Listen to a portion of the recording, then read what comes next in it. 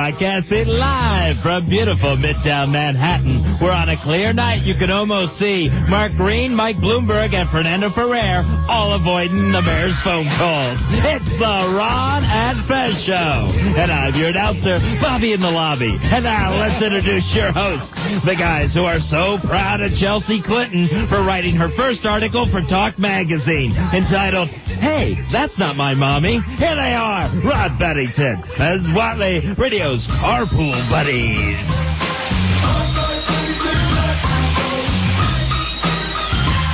Ron and Fez. Hiya. I'm Ron. There's Fez right over there. Hello there. And he's my best pal. Thanks. So we started a show together called Ron and Fez. We do it every night. Well, not weekends. We don't? No, it's different. 877-692-1027. It is the Ron and Fez show. The show will be better tonight. Oh, yes. Last night, kind of undressed. Right. The curtain pulled back. I've got 50 emails in front of me that says that was the worst show you guys have ever done. You didn't even attempt to be funny. 30 of those are from me. Yeah. So tonight we'll go back to our regular show and stop the infighting. Right. We'll stop the infighting. Although tonight, and we won't talk to him before then, Fez, but Al is doing a Alatorial. Right. Where it's kind of like a Fezatorial, but from his point of view. Oh, good. And then also he's recorded a funny song. We'll play that later in the show. All right. But up until that point, no sense in talking to him, Fez. Okay, that's a deal. Also, no foosball table yet for Anthony. Oh, all right. So now we're down to 6 days. He's got 6 days. 6 days and counting before Al Dukes either replaces Anthony from O&A's foosball table, or faces the consequences. Right off the bat, someone sends me instant feedback. Where is Al, the Crown Prince of Comedy Dukes? I am not going to run down that hole after him, okay? We're not going there. We're not talking about it. If he gets the foosball table, fine. If he does not, then that's between him and Ed. Most of last night's show was to talk about the staff contributing, so that's why you will be hearing the Alatorial tonight. And an Al Dukes parody song a little bit later. Right. Also, setting up this New York Forever situation, Bar Crawl Friday night during our show, Billy Staples will be hosting it. Everybody invited to attend, going from Hard Rock Cafe. I guess we'll be there like, 7-ish? We'll start it out there? We'll start at the Hard Rock, then everybody's heading down to the Harley Davidson Cafe, Scruffy Duffy's, and then on to Hooters. Just as a way of bringing people back to Midtown, Fezzy, the mayor called, asked me and Fezzy, he says, you guys, if anybody can bring people back to New York City, it's my main Negroes, Ron and Fez. And I said, Mayor, you got us. I said, Your Honor, we are equal to the task. Did you say that to him? Yes. Because after I handed you the phone and I left. Mm-hmm. Because we'll keep you on the phone forever. Oh, chatty? So this is it, folks. The mayor asked us to party for New York, and we're going to keep this going as much as we can. Things to do to put people back in the city. Oddly enough, it's now everyone's patriotic duty to come into Manhattan and drink and have a big fat dinner. Right. And sit on your arse and enjoy a Broadway show, among other things. Right. Literally, if you don't come in to Manhattan and party, you're letting the terrorists win. Mm-hmm. Apparently, this is the only defense that the United States has lined up at this point. I believe that is it. Is to spend our money. All right, so starts off at the Hard Rock. Hard Rock Johnny has been so great through all the problems. He was right there. First guy on the line feeding the firemen, the cops, the EMS guys, the iron workers. Thousands and thousands of sandwiches Hard Rock Johnny made. So we're going to start it off there. 57th and 7th starting off tomorrow night around 7-ish. Billy Staples is going to have a lot of tickets, giveaways. Bunch of T-shirts for about the, I don't know, first 40 or 50, I guess. Right, yeah. He'll have T-shirts there, special New York Forever Bar Crawl shirts, thanks to Brian of Wet Paint Design. Check him out online, wetpaintdesign.com. Wetpaintdesign.com. He also has a phone number, 877-294-4834, Wet Paint Design. All right, so that'll be fun, Fez. Right. And Billy Staples leading the parade. Should be a good time. Sure, an AA guy is starting a bar crawl. Again, that's the kind of trouble this show is in. When the AA guy. Now also some hot babes along there.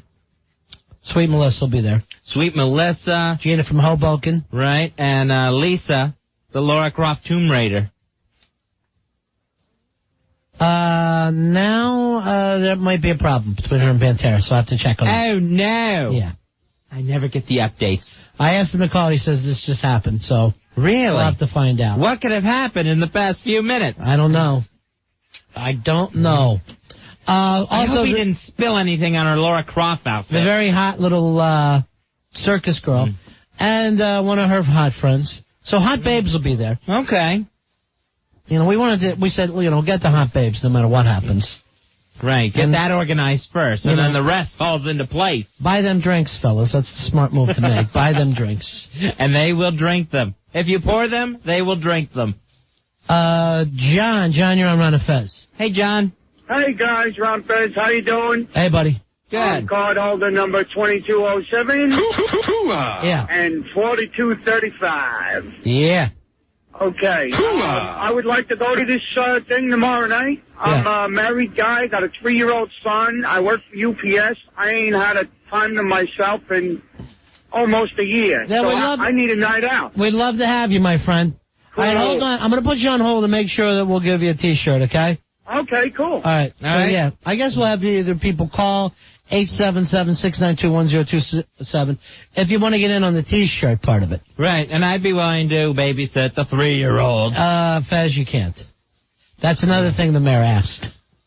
Really? That no matter what happens, we help bring people into the city and keep Fez away from children. Man, carpooling and I can't babysit. Yeah. Priorities right now. Yeah. So that's going to be exciting stuff tomorrow night, Fezzy. That is true. The bar crawl starts off tomorrow night. Now, that's some of the positive stuff that we're doing for the city. But, Fezzy, you and I also have an American duty that we'll get to. That's true. Hold on. Here's some nice news right off the bat, too. It's Hot Liz. Hey, Hot Liz. Hey, Hot Liz. Hey, guys, I want to go tomorrow. You want to be here tomorrow for the bar crawl? This thing will be all about you. Tomorrow afternoon anyway, so. It'll be a Liz crawl. Yeah. Yeah, we're for that 1,000,000%. I'll put you on with Billy Staples, okay? Maybe you'll be taking his position and running the thing. All right, hold on. She's hot, Liz. Oh, please. Got a nice pair of them. She's hot, Liz. Maybe she'll show up. So anyway, that's your patriotic duty, Fezzy, for the city of New York, is to go out and party. But there's also another patriotic duty, and that's to dime out our neighbors. That's true. There are some people who apparently aren't joining up for the cause. Yeah. That feel, maybe a little differently than the rest of the United States of America. So Fezzy and I are trying to bring back the 1950s by branding people as turncoats. Sure. To Ronnie, to bring up people on charges of treason. High treason. High treason? High treason and cowardice in the face of the enemy. Right. Because now's the time where people's true colors are shown. Yeah. And we find out who's really American and who has to face the House Un-American Activities Committee. All right, so let's look into it. Let's start branding some people. All right, Ronnie, here's one that needs to be branded. Backstreet Boy Kevin Richardson. Step up here, Kevin Richardson. I never thought that the Backstreet Boys would be un-American. You would think they'd be all-American. Right. Why are we taking his stripes? This is what he had to say to a Canadian reporter. We shouldn't even be talking to Canadians right now. Right after the September 11th tragedy, here's his quote. I just think we're a little bit of an arrogant nation, and maybe this is a little bit of a humbling experience. What has our government done to provoke this action that we don't know about? So apparently the bombing, the people that got hurt, the people that got killed, their fault, according to Kevin Richardson. Wow. Kevin Richardson, you're now branded and charged with high treason. Hear that? You're branded. And also cowardice in the face of the enemy. Wow. That's huge. He tried to apologize, Ronnie, but there's no taking back. Yeah, there's no apologies. There's no taking back. If we accepted your apology, we'd have to accept Bin Laden's. So let's go ahead and add Kevin Richardson to the list that started with Ethan Hawke. Right. Who said he's ready to run to Canada, take his family, and leave the country. I don't mind him running, but he's got to leave Uma here. He could take that little Gattaca baby. Yeah, take the Gattaca baby. It's not even real. So we have a Backstreet Boy and Ethan Hawke now on the branded list. You're a man. All right, who else we got, Fezzy? Ronnie, also being branded, Mr. Ben Stiller. Ben Stiller, Zoolander himself? Zoolander, step up, please. Yeah. Taking those stripes. Ben Stiller, Ronnie, as everyone else is going back to work following the mayor's orders. Yeah. To get back to work and let's try to do business as usual as much as humanly possible. Yeah. Other entertainers have come back. David Letterman, Conan O'Brien. Sure. Saturday Night Live returns this weekend live. Thank God for that. Ben Stiller has told Saturday Night Live, I will not be there to host. Why? Doesn't feel funny, Ronnie. Doesn't feel he would be able to perform. How has that stopped you up to this point, Zoolander? Has let everyone down that was expecting this show to come back and make us laugh. Now, Lorne Michaels said, oh, I'm sorry, I thought you were a New Yorker. Really? Nice. Then he had to say, oh, geez, I am a New Yorker. I just, Now, here's the thing, Ben Stiller. If you're truly that distraught over the attacks, you would think that you would go crawl in $1 million hole and hide away. If you're that distraught, you would have a blanket over your head in some dark corner. Why are you on Letterman? Why are you on Regis? Why are you on every show plugging Zoolander? When you're not doing your patriotic duty and fulfilling your responsibilities and obligations to host Saturday Night Live. Fezzy's getting a little carried away with this, but I understand what you're saying, Fez. Ben Stiller, please step over near Ethan Hawke and Backstreet Boy Kevin Richardson. You've been branded. Branded. Cowardice in the face of the enemy. And charged with not only treason, but high treason. People want to know in the instant feedbacks what's going on with the host of Politically Incorrect. Okay. Bill Maher, who actually called us cowards, saying that it's cowardly to be lobbing missiles from 2,000 miles away, and that actually taking a plane into a building, that is not cowardly. Right. Any updates on him, Fez? Apparently, with the advertisers pulling out, Ronnie, FedEx and Sears, there is a lot of talk that his show is going to get yanked completely. Wow. And that we will no longer have to deal with Bill Maher, who's been branded. Bill Maher, you've lost your stripes. Please take your place with Ben Stiller, Backstreet Boy Kevin Richardson, and Ethan Hawke. There they are, the four horsemen of cowardice. All right, this has actually become the House of Un-American Activities, the Ron and Fez show. Right.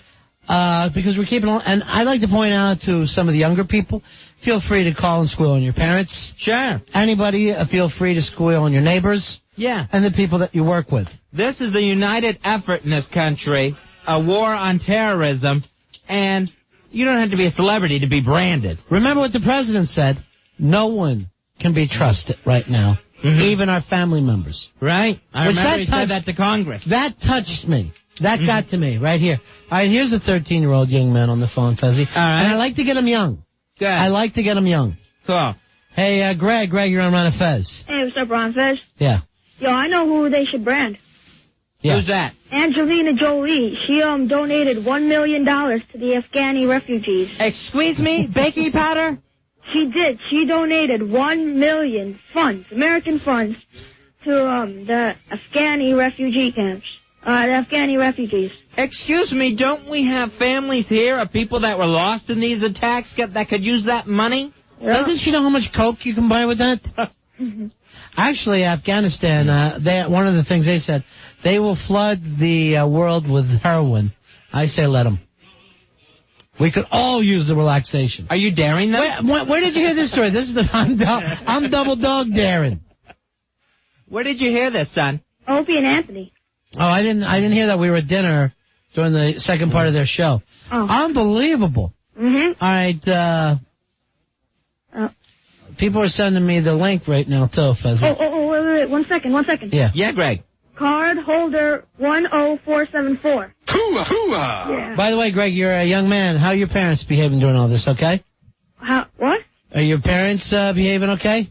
Yeah, they're mad and stuff. They got the flags on the car. Good. Nice. You just keep an eye on them and let us know if they start to soften up at all, okay? Right. Oh, don't worry, they won't. Okay. You can be one of Running Fez's spy kids. Right, spy kids. All right. All right, see you later, Greg. All right, see you later. All right, there goes one of our spy kids, Fezzi. All right, good. Angelina Jolie, I'm afraid you're going to have to be charged with not only treason, Right. high treason, High treason. and cowardice in the face of the enemy. Angelina Jolie, you've been branded.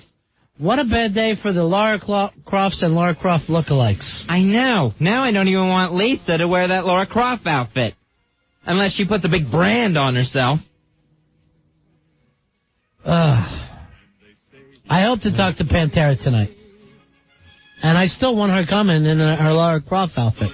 If not, she'll be branded, just like Angelina Jolie, her lookalike. How weird is that?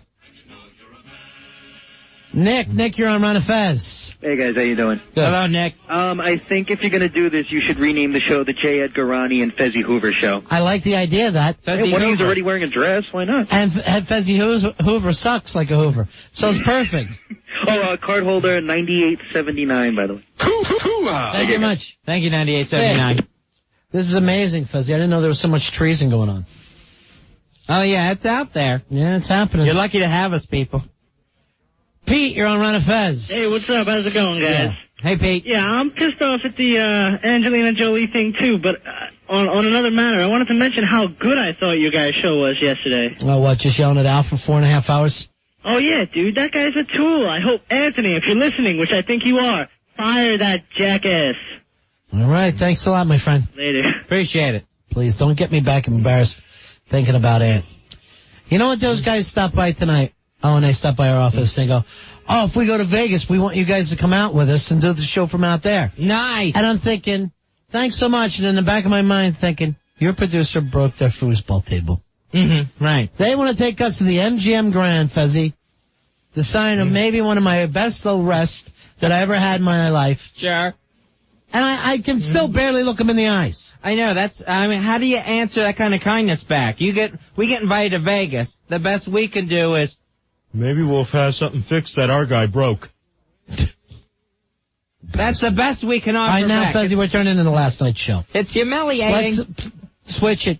Fezzy, switch it for the country. What did George W. Bush say? Don't trust anyone. Don't trust anyone, not even your family. It was either George W. or Stone Cold. I don't know. One of them said it. I think they both said it. They should. They're both from Texas. 877-692-1027. The list of branded people getting longer and longer. Kevin Richardson from the Backstreet Boys. Ethan Hawke. Bill Maher. Ben Stiller. Angelina Jolie. All traitors and cowards in the face of the enemy. Hey, John, you're on Ron and Fez. Yeah, with that Angelina Jolie thing. Yeah. If they can find out that her money fell into the hands of terrorists, are they going to freeze her bank accounts? They should freeze her assets, yeah, Fezzy. maybe they What will. about this? We just freeze her ass and then lick it like it's a popsicle. That sounds good. I would. No, but they should make an example Fezzy, out of you know her. what? Right. Here's what you do. I'll bite on her ass, and you hold her little boyfriend's arms behind his back. Oh, I would love to hold Billy Bob like that. One hand, Ronnie. His 125-pounder. Hey, I want to get involved in that, too. You're right. You're absolutely right, John. If you're sending money to Afghanistan, you know it's going in the hands of the Taliban. Yeah, and they should bomb her house. All right. Anyway, she's been branded. She's been branded. Yeah. Sit. Just to start See ya. with. She may get her ass frozen. Now, I wonder why she picked them to give the $1 million to. I mean, she never would have done that before this happened. Exactly. Look at me, I'm queen of the nut bars. She said that? Yes, that's her whole attitude. What can I do that could be the craziest thing possible?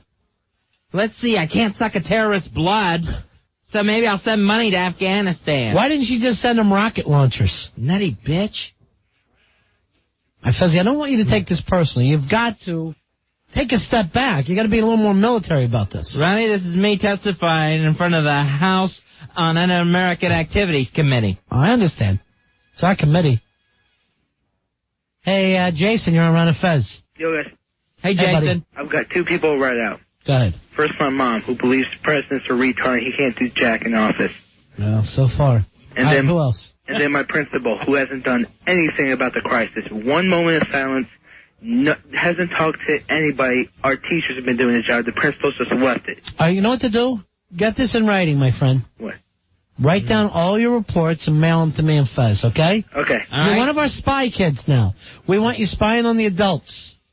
Yes, sir. It's very, very important that you kids realize that the people in your life that you trusted and loved up to this point may not be the correct people anymore. All right, guys. Not in the new world order that we're setting up. Exactly. All right? Jason, from this point on, we're your parents. Yes, sir. You lucky bastard. See you later now. Now get to bed. And send us your mom's panties. Just so we know what it's like to be your parent. I want to go through them. And remember, it was our president who said DTA. Right. Don't trust anybody. DTA, baby. That's how he's ending every speech now. DTA. 877-692-1027. Very, very nerve-wracking times we're living in, Fezzi. The only thing to do is to turn on each other at this point. Sure. Well, you know, cowardice in the face of the enemy is not going to be tolerated. No. There's no time for that. And, of course, besides treason, high treason? High treason is probably the worst thing that you could be charged with at this point, Fez. Right. Completely unacceptable. Now's the time when we're going to find out who's on America's side, who's on the terrorist side. That's true. The president said, you'll do business with us or you do business with terrorists, not with both. Yeah. The line's been drawn. You're either with us or against us. So far, we found out that Kevin Richardson, Ethan Hawke, Ben Stiller, Angelina Jolie, and Bill Maher all do business with terrorists. I don't know about Ben Stiller. He just didn't want to do Saturday Night Live. Hey, cowardice. Cowardice. Oh, that's cowardice, yeah. Chat, you're on Ron and Fez. Howdy. Yeah. Hey, Chat. Hey, I just want to let you know, this Angela Jolie thing happened long before the World Trade Center tragedy. She went over there as like a peace emissary for the United Nations. Peace, or was she taking them arms? No, it was a peace thing. She was like a special emissary for the United Nations to help raise funds to relieve the Afghanis long before this happened. And so I think it may have been like blown out of proportion. Good. That's what we want. We want to take small bits of news and blow it out of proportion until we panic. Exactly. That's our job right now. Until the facts are completely embellished and exaggerated. Exactly. I had a friend, actually, that was in the World Trade Center, and he's passed away. And we're trying to raise donations for a scholarship in his name at the university that he went to. And we're trying to sell T-shirts. And the T-shirts have a picture of Osama and a certain skyscraper that is going up a certain orifice. Yeah, I've seen them online. Yeah. But we're trying to sell him for a scholarship for him. I don't know. Can I pass some out to you guys for free? Yeah, here's what I'll do. I'll put you on hold, and you'll talk to Billy Staples and Al about it. All right? We're always ready and to help. And they'll get us the information. You kidding me? We're always ready to help. But I'd much rather find un-American Americans. Right. Seems like the exciting work. Well, that's the business of the Committee of Un-American Activities. Right. We all, in this new world, have to live as paranoid as possible. I have started this, Fez, and it's helping me, and I think most people are going to feel a little safer with this. You crab walk. You walk down the street, you're against the buildings, right? And you're walking like a crab, so you're seeing everything. Huh. This way I'm going to nobody have to can try crab walking. Try crab walking if you're a good American. But, you know, here's the thing that you don't understand, Fezzy. You don't have to make the little claw marks with your hands. That's stupid. Oh. You're just walking that way. I put the hands up. Right. But don't act like you got pinchers. That's like being a baby. Oh, all right. Yeah. Boy, it's like you just do pinching out of instinct. Yeah. You don't even realize you're doing it. Yeah, sure. Wow, it's hard to crab walk without making pinchers. Hey, Scott, you're on Ron and Fez. Hey, Scott. What's up, boys? How you doing? Good. What can we do for you? Phil Donahue. What about him? Watch O'Reilly Factor? No, I don't watch the O'Reilly Factor. O'Reilly Factor. Ronnie and Fez, Phil Donahue is pro-Taliban. Why would he be pro-Taliban? He's pro-Taliban. Where does that come from? Fezzy, time to brand Mr. Phil Donahue. Brandon. All right, Phil Donahue. Charged with not only treason, but high treason and cowardice in the face of the enemy. Phil Donahue, consider yourself branded. Brand him. All right, thanks a lot. Card number 10340. Hoo-hoo-ah! See ya. I love this new position we're in, Fezzy. Exactly. You're gonna know who your allies are by the time our work is done. Well, even if, I don't know if we'll ever know that, but we'll know who they're not. That's even more important for our paranoia right now as a nation. By the way, Fezzy, we wanted to a big shout-out and happy birthday to Mills. It's Mills' birthday today. Oh, happy birthday, Mills. Yeah. Maybe we need the happy birthday song when we come back, too. Let's take a little break. Maybe we'll come back and brand some more people. Nice. There seem to be plenty of celebrities, especially those show business people. Right. That now we're not really sure how they feel. You know, we used to just chalk it up to being eccentric and show busy and flamboyant. We never thought you were so un-American. Right. 877-692-1027. We're watching you. We're Ron and Fez. Ron, Fez, 1027 WNEW.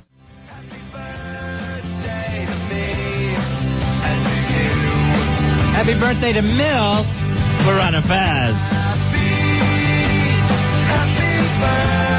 All right, the word I have on the big bar crawl tomorrow night, by the way, if you want to show up for this, Billy Staples is also going to have tons of stand-up comedy club tickets from Stand Up New York. Stand Up New York. We're going to do a bar crawl during this show. I want to see all the RonFez.net people, all the big-ass card holders out there. Starts out at the Hard Rock Cafe on the Harley-Davidson, Scruffy Duffy's, then Hooters. So be at the Hard Rock Cafe around 7 o'clock tomorrow night. That's all you got to do. Right. To be part of this. Yeah, look for Big Billy Staples. I believe, Ronnie, he's going to be wearing his big red, white, and blue Stars and Stripes Dr. Seuss hat. New York forever. That's what we got to do, Fuzzy. You got to party to fight terrorism. We were talking about the Angelina Jolie thing, and someone brought us in a new song that her husband has got a new album out. What's the name of this album? It is called Private Radio. Private Radio. By Billy Bob. Now, did he also draw the cover? It looks like someone actually wrote the words Private Radio. But that's him. He, you know, he writes, he directs, he sings, he's an artist. He's everything, Fuzz. So there's a very bony caricature of himself on the cover where he's crying, Ronnie. Yeah, sure, he's sad. Crying. He's sad. All right, let's hear the song. It's called Angelina. Is that it? Uh-huh. We got it right up to the hook here.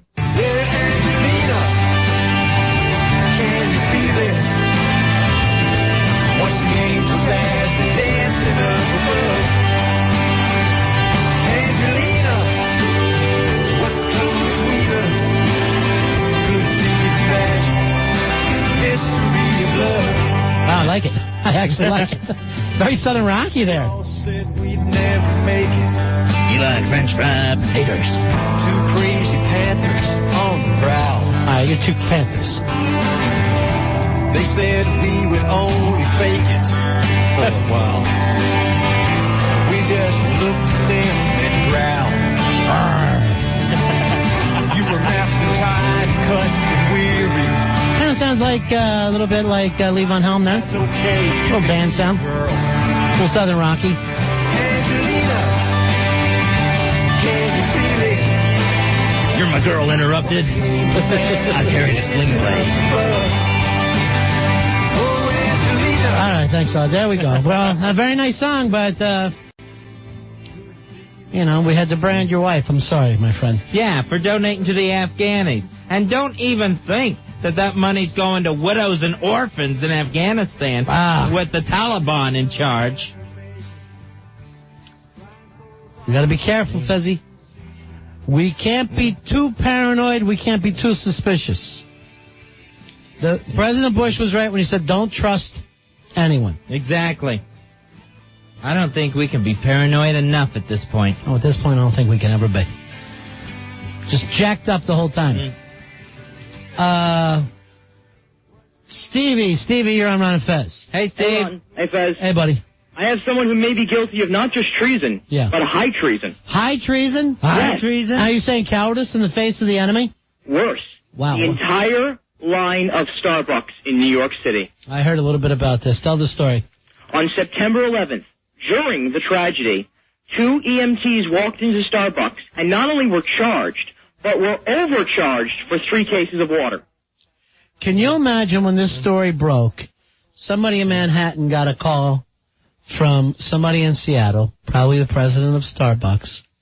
What the hell is going on down there? We didn't know there was any sort of attack or tragedy. You idiots! I'm sorry. You know what this is going to cost us? Well, that's what we charge for water. I'm sorry. The EMTs called the Starbucks management, and management refused to reimburse them. You refuse to reimburse? Listen, I don't have that authority, and if we want to fill out the proper paperwork... I'm sitting here watching our stock go down. It was an honest mistake. How was I supposed to know two towers got run into with airplanes? EMT workers covered in soot and bleeding, and you're overcharging them for water. I thought it was a cloudy day. You want this place called Star Nazis? No, Do you want us to be known as Star Nazis? No. We don't want to be called Star Nazis. Take some Frappuccino to Ground Zero right now! Yes, sir. Should I charge them? No! Just wondering. God, I can't believe Al Dukes isn't behind that. That sounds exactly what it would be like. So Starbucks, $130 for 3 cases of water. That's over $40 a case for water. There's really good water, though. I guess so. If not, all summer people just be bugging them for water. They have to be so careful. So Starbucks president Orrin Smith made a personal phone call to the Midwood Ambulance Service president. I guess it was those guys that went in and had to take it out of their pockets for the water. Got a personal call from Orrin Smith apologizing. Please, you don't understand how hard it is to get good help. From the bottom of my heart, Seattle supports you 100%. We just wanted to make coffee. Should I charge him for the coffee? No! You never know. You just never know what you're supposed... It's not in the manual. From this point on, anytime anyone comes in for an order, call me, because you're too stupid. Every single order? Every single order. Tell them you're too stupid to work the register, and you call me. Is that just for water? Or everything! Muffins! A croissant? Croissants! Mochaccino? Obviously mochaccino. All right, so not everything's free now, though, right? I've got kids in college! I was on top of the world! Okay, so just water's free? At this point, we'll just give everything away free. So not to make the same mistake. Yeah. I guess this is free. Here, just take it. Your stores show no profits. We thought we had to give everything away. So, yeah, while other companies are able to go on television and say, you know, right, a portion of our proceeds, or we're starting this fund, or we're going to help out this way or that way, why every other company gets to go on TV and have a little bit of bragging rights and ownership to this. Sure. Starbucks has to be the one to go on and apologize, to make the public apology for not being there during the tragedy. Now all people think of is Bucks when they think of Starbucks.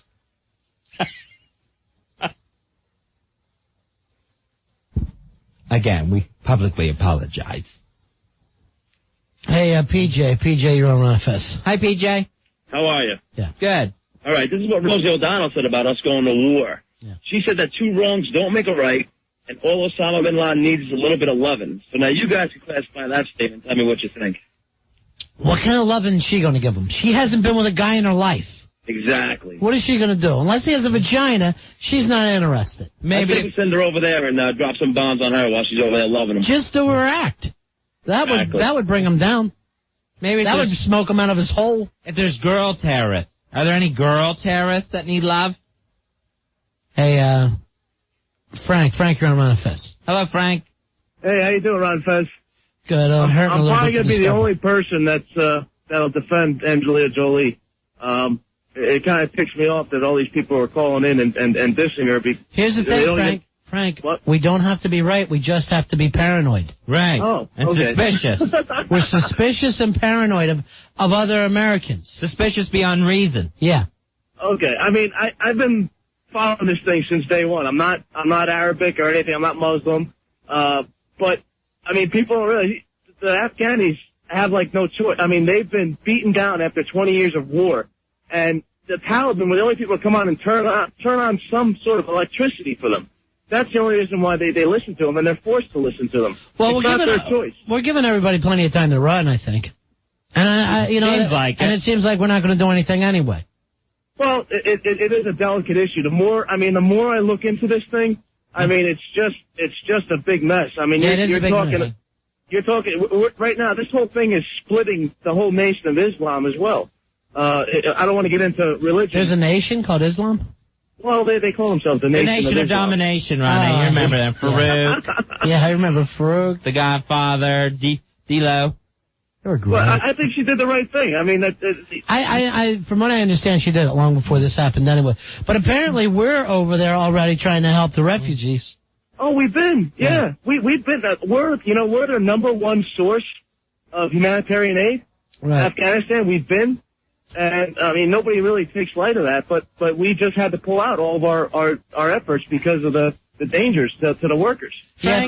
Frank, these are very interesting opinions. Could I get your last name and address, please? Are you going to tell me he's going to be branded? I'm just saying we have spy kids who are investigating. Okay, Frank. Thanks, buddy. You're welcome. Remember, folks, you're listening to Ron and Fez, but at all times we're watching you, and so are your children. Right. We've enlisted them because they're the only ones trustworthy. No one at this point is beyond reproach, except for me and Fez, because we know we're Americans. Right. Why? Because we're running the committee. We've been assigned to the House on Un-American Activities Committee. As a matter of fact, you want to prove you're an American, you better get out tomorrow night for that bar crawl. The bar crawl starts tomorrow night, 7 o'clock. As soon as we go on the air, it's going to start at Hard Rock Cafe with Billy Staples leading the way, then on to the Harley-Davidson Cafe, off to Scruffy Duffy Sports Bar, and then rounding out at Hooters, Midtown Bar Crawl, New York Forever. Now, T-shirts have been provided, really cool T-shirts that say New York Forever on the front, Ron and Fez on the back, by Brian of Wet Paint Design. Here's the phone number, 877-294-4834. That's wetpaintdesign.com. He, Fezzy, is an American. Yeah. Brian, above reproach at this point. Oh, he's above reproach. Mm-hmm. We can trust him. Right. Now, we'll have a bunch of tickets, and hot chicks will be there, and it's going to be a lot of fun. So, and especially get to Hard Rock early, because what Hard Rock Johnny did was this, come on, Fuzzy, it's too much. Yeah, when you started at the Hard Rock Cafe at 7 o'clock, just take a moment to say thanks to Johnny. Yeah. Worked so hard when the tragedy first happened. One of the first people to get the sandwiches and supplies down there to Ground Zero to the rescue workers. Started feeding people immediately. Cool. And, of course, like they say, get into New York. Hey, Marlon, you're on Ron and Fez. Hey, Marlon. Hey, what's going on, guys? Card holder number 2. Oh, you are not. Oh, watch. I am, I swear. No, because we know. I'm looking at the list. You're not. You know what? Just for that, for trying to lie, I have to take you off. Oh, no. I have to take you off. Oh, no. Mike. It's lucky he wasn't charged, Ronnie. He's not going to be charged. Mike, you're on Ron and Fez. How you doing? 8765 here. I got a spy report for you guys. Yeah. Celestia is turning in Anne Heche. Interesting. I trust Celestia more than Anne Heche at this point. Well, as well we should. She proved her loyalty. The other thing is, I have a question for you guys. You guys aren't alcoholics, are you? Always. Always? Okay. Yeah. Well, because then you're good enough to run the committee. Well, that's, yeah. We are here to run the committee. And watch at all times. Constantly watch. And I would like to turn in Christopher Reeve, too. He didn't do anything. He just annoys me. I noticed that, too. I noticed he hasn't done a damn thing since this happened. Thanks a lot. See you. But just celebrated a birthday the other day. Happy birthday, Chris Reeves. Now, sure, from all of us here at the House Committee for Un-American Activities. Is that the name of it? I forget. It's close. I think it's House Un-American Activities Committee. HUAC! HUAC! Let's get HUAC then. HUAC! House Un-American Activities Committee. Okay, that's who we are. All right. And we want to thank the president for putting us in charge of that. I remember when the vote came up, who would run it? Yeah. We needed a second. No, second. Second. Second. Motion carries. Carries. Hey, speaking of which, Fezzi, I hear that John Lennon's widow, the lovely Yoko Ono. She's so pretty. Yeah, she is. She's going to put up a big give peace a chance thing in the middle of Times Square. And, as far as, people who want to, have Imagine as our song and give peace a chance. Right. We want to do that after the guys get home. Right. What I'd like to do at this point is give war a chance. Give it a chance. Give war a chance. See how that works on the terrorists. Although it seems like the biggest peacenik right now is the president. He'll be out there. He literally said, we got to learn to love these people, man. Well, bomb them, yeah. Bomb them with love. Really? And then he goes like this. That was the speech today in Chicago? Yes, that's what he said. He goes, I don't want something square like the vice president telling me what to do, Daddy-O. I wondered why he called him L7. Because that made a square. Oh, See? okay. Make an L with one hand and a 7 with the other. Square, it's kind of a L? diamond shape. Well, do it that way. Yeah, you gotta, do it that way. It's more of a rectangle, but you get it, Daddy-O. With my short thumbs, it's like an isosceles something or other. Well, they say short thumbs, short penis. Nothing. Jasmine, you're on Ron and Fez. Jasmine. Hi. You're the Jasmine. Go ahead. 9868. Thank you, baby. What about all the people who are jacking up the prices for American flags? Yeah. Well, people got to make a buck. Come on. What? They got to make a Starbuck in this world. You got to make a Starbuck. Why are you going to make more money now? It's all about the mighty Starbuck. Thanks, guys. Bye, honey. Thanks, Jasmine. Right now we're concentrating on celebrities. That's going to get us the big headlines that we're after. Wait a minute, Jasmine. I forgot. I wanted to ask her about her boyfriend, Aladdin, who seems of Middle Eastern descent. Mike, you're on Ron and Fez. Hello, Mike. Who is out here? Angelina Jolie? Huh? Mary Jane Rottencrotch herself? You're branded. Anyone else, huh? Who do we have? Un-American. Show them to me. The deadliest weapon in the world is a Marine and his rifle. Sir, yes, sir! How can you shoot women, children? Easy! You just don't need them so much! Oh, that's sad. Oh, that's sad. What do you do when you're branded and you know you're a man? I'm worried who's going to get branded next. I'm worried if it's going to be the president, Fez. Going to be a long list of people on the branded list. Those charged with high treason and cowardice in the face of the enemy. George, you're on a Fez. Article 5121. Hey, George. Yeah, I was going to say, I don't think George W. Bush ended his speeches with "Don't trust anybody." I think he said, "Iris loves you." That's cute. All right, thanks a lot. Some of these people, I don't know whether you're making fun of us, Fez, but... it's like they're pointing and laughing. Yeah. Here's Matt. Matt, you're on Ron Fez. Yeah, I want to turn in the editors to Maxim magazine. Why? What's going on there? In the back, they're having an advertisement for T-shirts to get your butt kicked, and one of them is America Sucks C. Shouldn't even joke about that. Well, is this before? I still don't trust the Maxim magazine. Yeah. That is read by commies, peaceniks, and give me another word, Fez. Pinkos. Pinkos, thank you very much. Hey, 6838. Hey, 6838. Are we charging Maxim Magazine? Yes.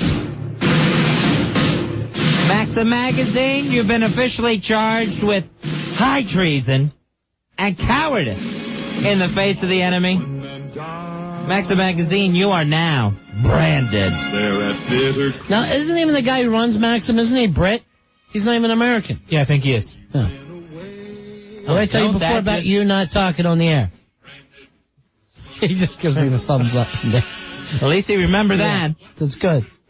You didn't fall into my trap. Foosball. 6 days. Now forget it, Fezzi. I don't want to get back into it tonight. 6 days to the consequences. Tomorrow night, make sure that you're part of this. And by the way, if you like one of the T-shirts, 877-692-1027. Talk to Billy Staples off the air. We are doing the bar crawl for New York. New York forever, folks. New York Forever Bar Crawl tomorrow night, led by Billy Staples. He'll have some giveaways for those that are out on the bar crawl with him. Hard Rock Cafe starts it off at 7, followed by the Harley Davidson Cafe, followed by Scruffy Duffy's. Then it's off to the Midtown Hooters. It's going to be a lot of fun. Hot chicks are going to be there. And it seems like Pantera's chick's going to be open. Oh, nice. Okay. So she will be there. Yeah. Don't know the situation with her and Pantera right now. I know enough to know that this kid blows it all the time. But if you, you want to help out, and people are always going, what can I do to help? This is what you can do to help. Mm-hmm. Party in New York. That's why we started this, New York Forever. Fez and I, in conjunction with our best friend, Rudy Giuliani. I encourage people from all over the country who want to help. I have a great way of helping. Come here and spend money.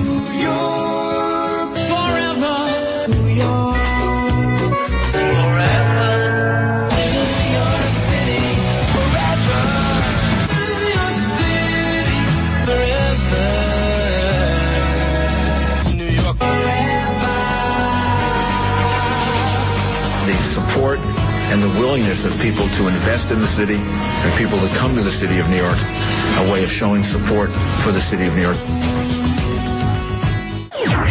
Ron and Fez, 1027 WNEW. You hear this playing in every Starbucks throughout New York.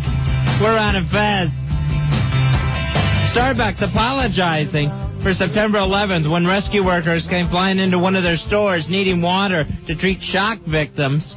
Tell him again. Tell him you're sorry. I'm sorry. Tell him you're a douchebag. I'm the douchebag who charged you $130 for 3 cases of Sir, water. on behalf of Starbucks, I am so ashamed of this manager. I said I was sorry. That's not good enough. Lick his boots. Lick his boots. Sir, can I please have your boots to lick? It's always been our policy to charge for water.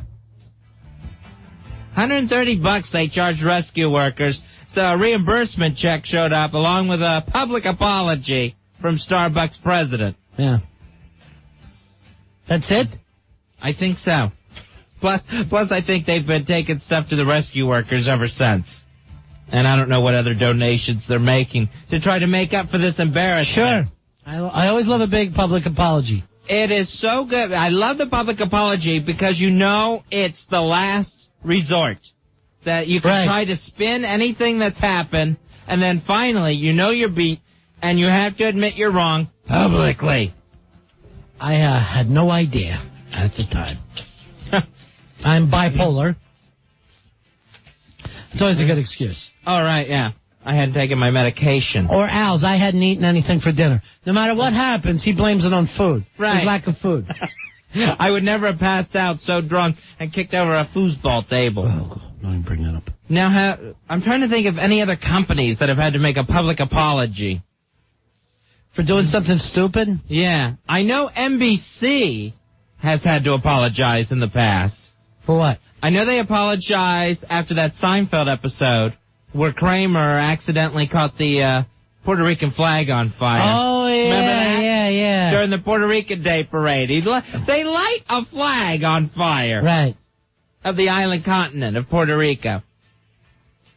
Sure, that was a good one. I guess Disney had to apologize that time that they had porno in the middle of their cartoons, remember? Oh, right, yeah. Some of their madcap crazy illustrators. putting phallic symbols in the Little Mermaid castles, among other things. How about any of the rappers? Have they ever had to apologize? Didn't P. Diddy apologize for making some sort of Asian comment? Oh, yeah, in a song? Diddy. We should probably check with Black Earl on this. But P. Diddy just went back and he had to change his record. Remember even, what was the band out of Brooklyn where the guy had the big clock?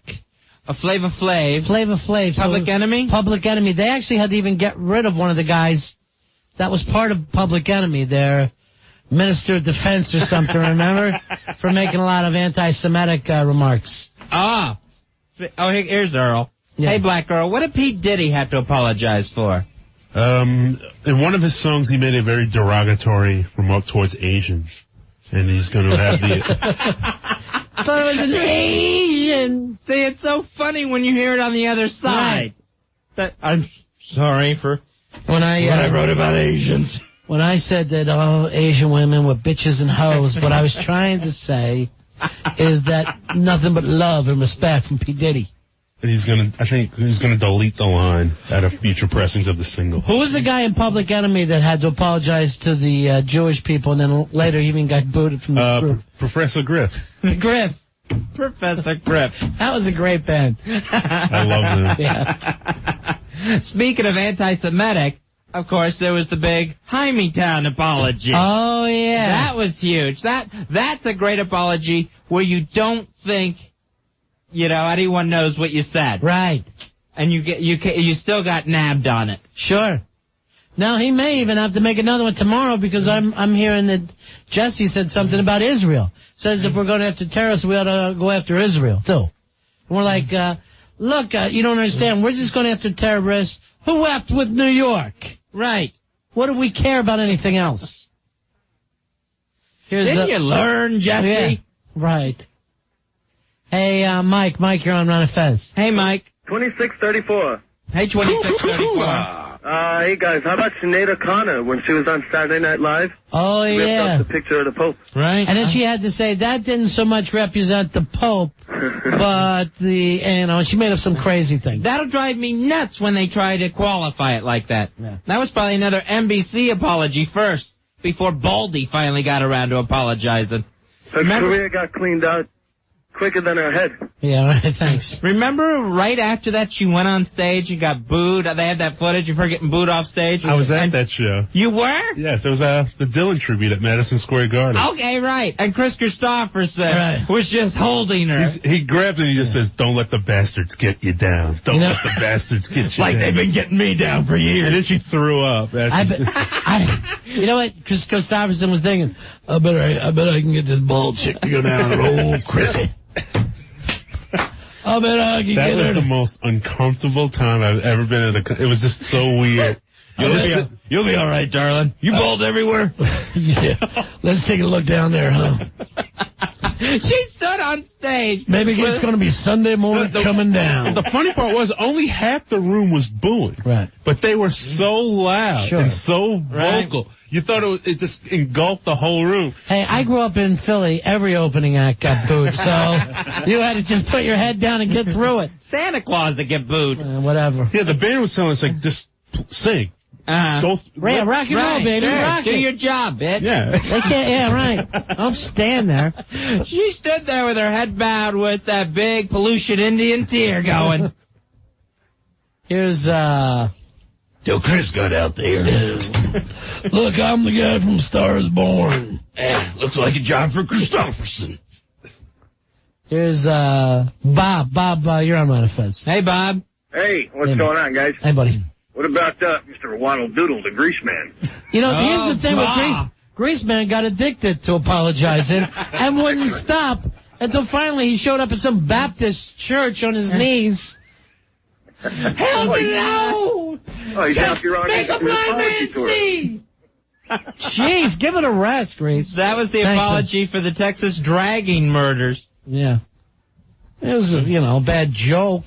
Right. But he actually went on an apology tour. He never stopped. He went to each black person one by one. I bet if anyone still cared, you could check, and he apologized somewhere today. Yeah, sure. Listen, about 7 years ago, I got a little off crazy. That's tough doing a show. Sure. Hey, Tommy. Tommy, you're on Ron and Fez. Hey, Tommy. Good evening, fellas. Big ass car holder 680. Yeah, buddy.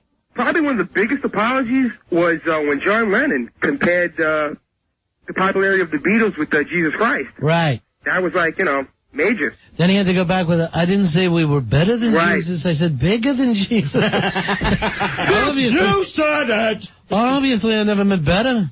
That's when people started smashing record albums? Yeah, right. They should have cared. Here's Dennis. Dennis, you're on Manifest. Hey, Dennis. How about Fuzzy Dilla? Oh, yeah. What did Fuzzy say? Something about Tiger Woods, right? Yeah, he said when they were picking, Tiger was picking his dinner choice, he said, Fuzzy said to Tiger, maybe you'll have some chicken or whatever you people eat. Right. He told him, make sure you don't serve fried chicken next year or collard greens or whatever the hell they serve. All right, here's the situation. Yeah. Here's what I never understand. Why is this always a beef about food? I love fried chicken. I love watermelons. Delicious. It was never be an insult to me or Italian people with the spaghetti stuff.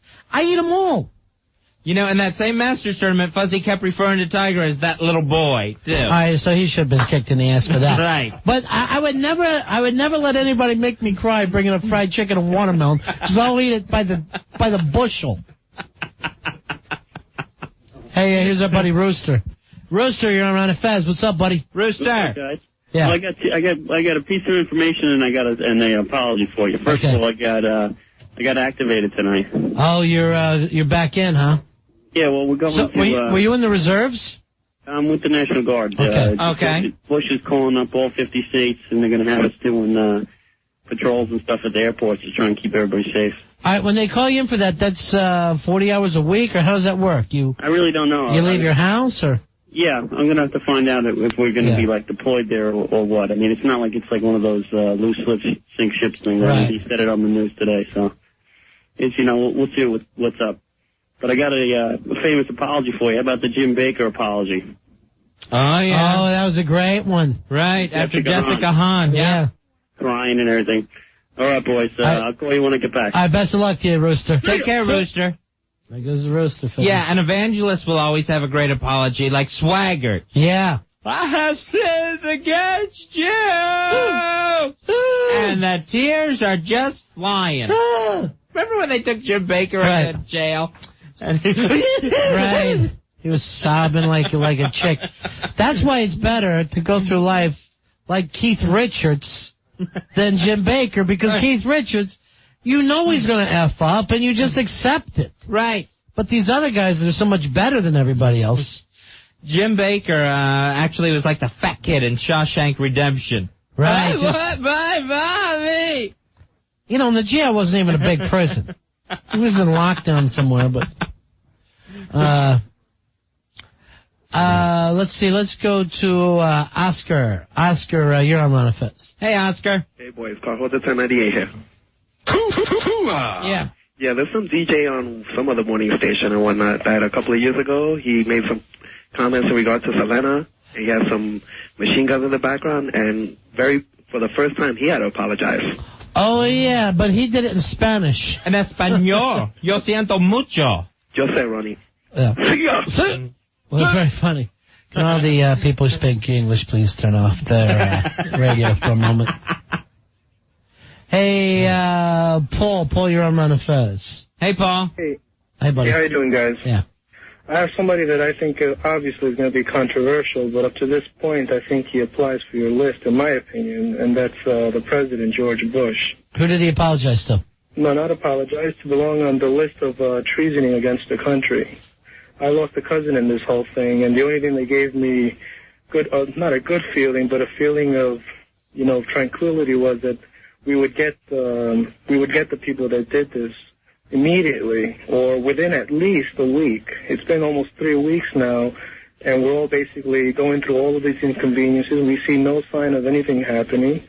And I'm not sure if another week goes by, I'm not sure what's going to happen. I don't know either, my friend. I'll tell you the truth, I never thought it would take W this long. It's amazing. I mean, when it happened, I think you would ask maybe, I think everybody, 100% of people would say, you think 2 weeks will go by? I think everybody would have said no.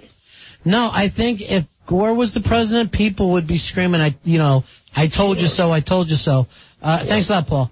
But I don't think any of us, those that voted for Bush, those who didn't, would have expected him to be quite so quiet about this whole thing even. Standoffish, to say the least. Is it possible at all in the world of possibilities that some sort of special ops mission has already gone down, that someone's been taken out and we just don't know about it?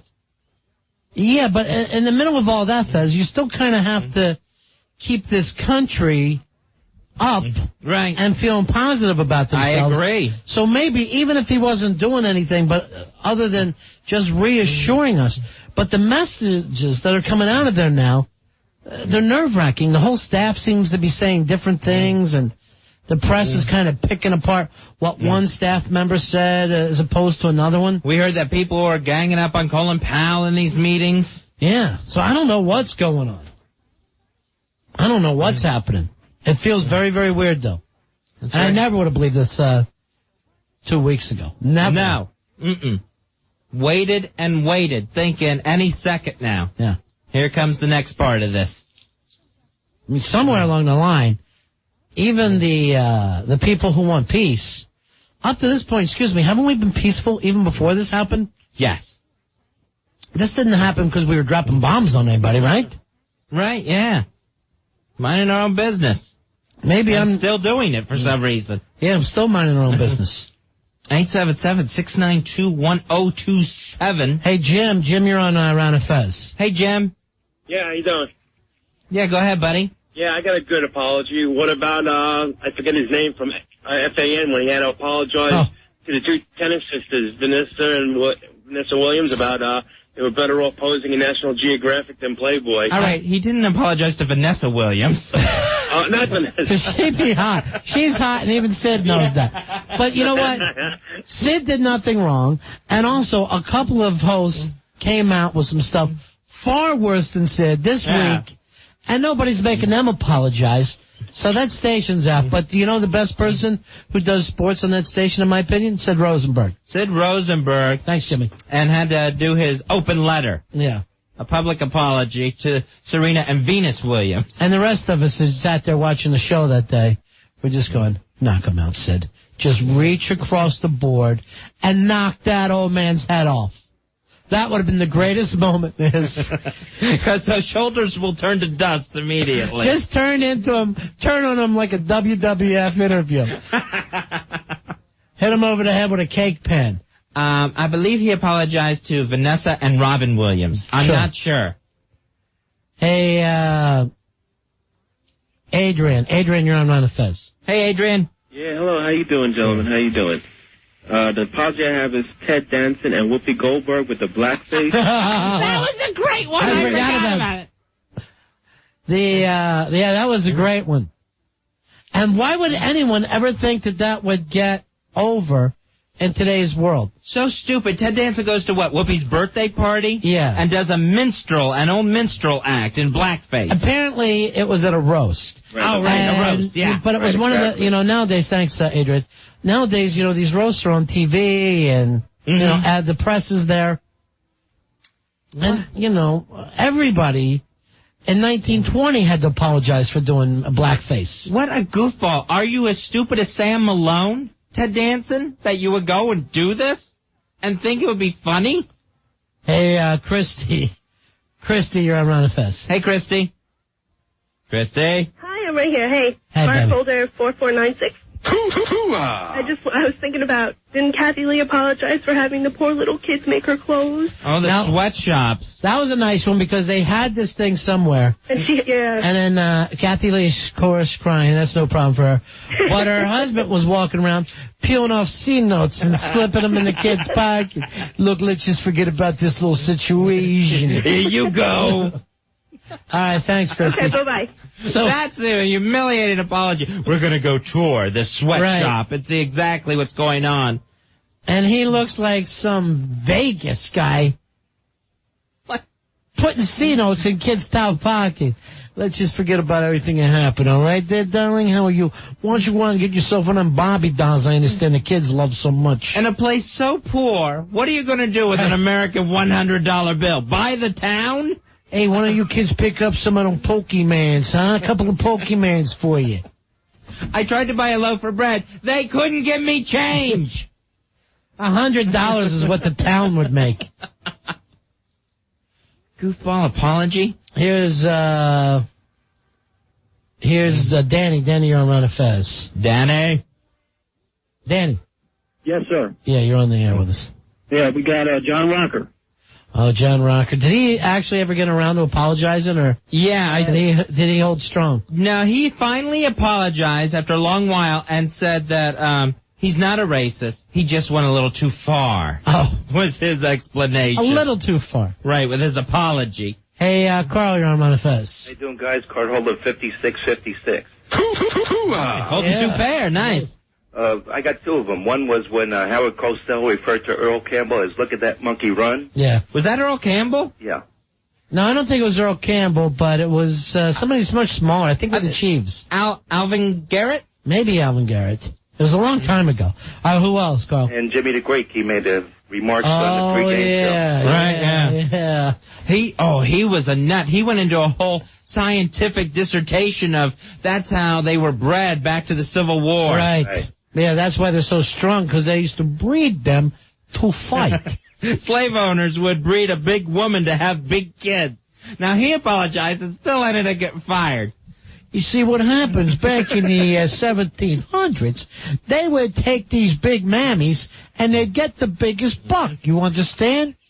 And breed them together. Then that buck would be taken to a separate slave place. Right. To breed and to stud. That is why blacks are superior athletes to everyone else. He thought it was a compliment. Uh-huh. He thought he's complimenting athletes. All right, here's one of my favorite sports apologies, Ronnie.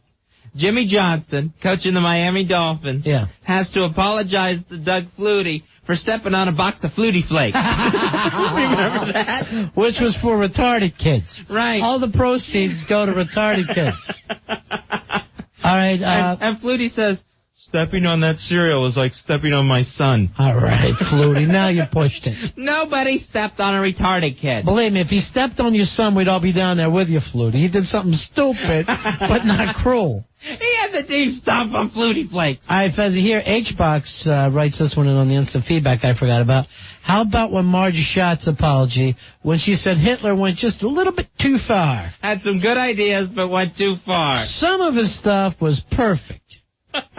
But then he got a little nuts there towards the end when he picked on America. It's always, Thank you, Marge. Now, I remember when that happened, Pete Rose said Marge drinks a bit. And what she should do is at night unplug her phone. Instead of chatting it up. It never occurred to her maybe she should do something about the drinking or change her way of thinking. She needs to unplug that phone because she'll end up calling people. Why can't the person that's dropping off the bottle just unplug the phone for her? Yeah. Dave, you're on Ron and Fez. Hey, Dave. Hey, Ron and Fez. Yeah. I got 3 good apologies for you. All right, one at a time. Don and Mike, they made some prank call to, like, some Latino guy. Do you guys remember that? No, I didn't hear that, and I didn't know it ever happened. What else? Then that guy on Hot 97, Star from Star and Buck Wild. What'd he say? He made some crack when Aaliyah died in the plane crash. He, like, played a clip of people screaming while an airplane, with the sound of an airplane crashing in the background. The day that she died. Oh, yeah, it was, yeah. We were on vacation then. Yeah. And I saw that people were mad at him, but apparently it was just as the news was coming in. Yeah, they suspended him. Here's what people in radio have to understand that stand-up comics get. The whole comedy thing is tragedy plus time. There has to be time. Like, you can come on the air and do a Titanic joke. Sure. That's fine. Right. You could do an Abraham Lincoln joke. Okay. But if Abraham Lincoln got murdered today, don't do an Abraham Lincoln joke. Right. You're Bad timing. Yeah. Yeah. Too quick. You're forgetting the time part of the equation. Got to have the time. And the other one, recently, didn't George Bush's dad apologize for giving the Taliban like $48 million? I don't know about that one. See, the way this works, and people get mad for these reasons, like, didn't we once support them? Yes, when they were fighting Russia. Right. And people going, why did we do that? Oh, because they drained Russia's economy during the 1980s, and then we were able to pull the wall down and dance around and laugh. That doesn't mean that we have to be friends with them forever. No, Things change. But I have no problem with us supporting them when our enemy was their enemy. That's not a big deal. I don't understand. Are we that naive that people don't get that, Fez? Right. At that point, our interests were the same. Right. Annoy Russia. And that drained Russia of all their money. 10 years. Yeah, 10 years. They had to fight in the hills of Afghanistan, getting their asses kicked.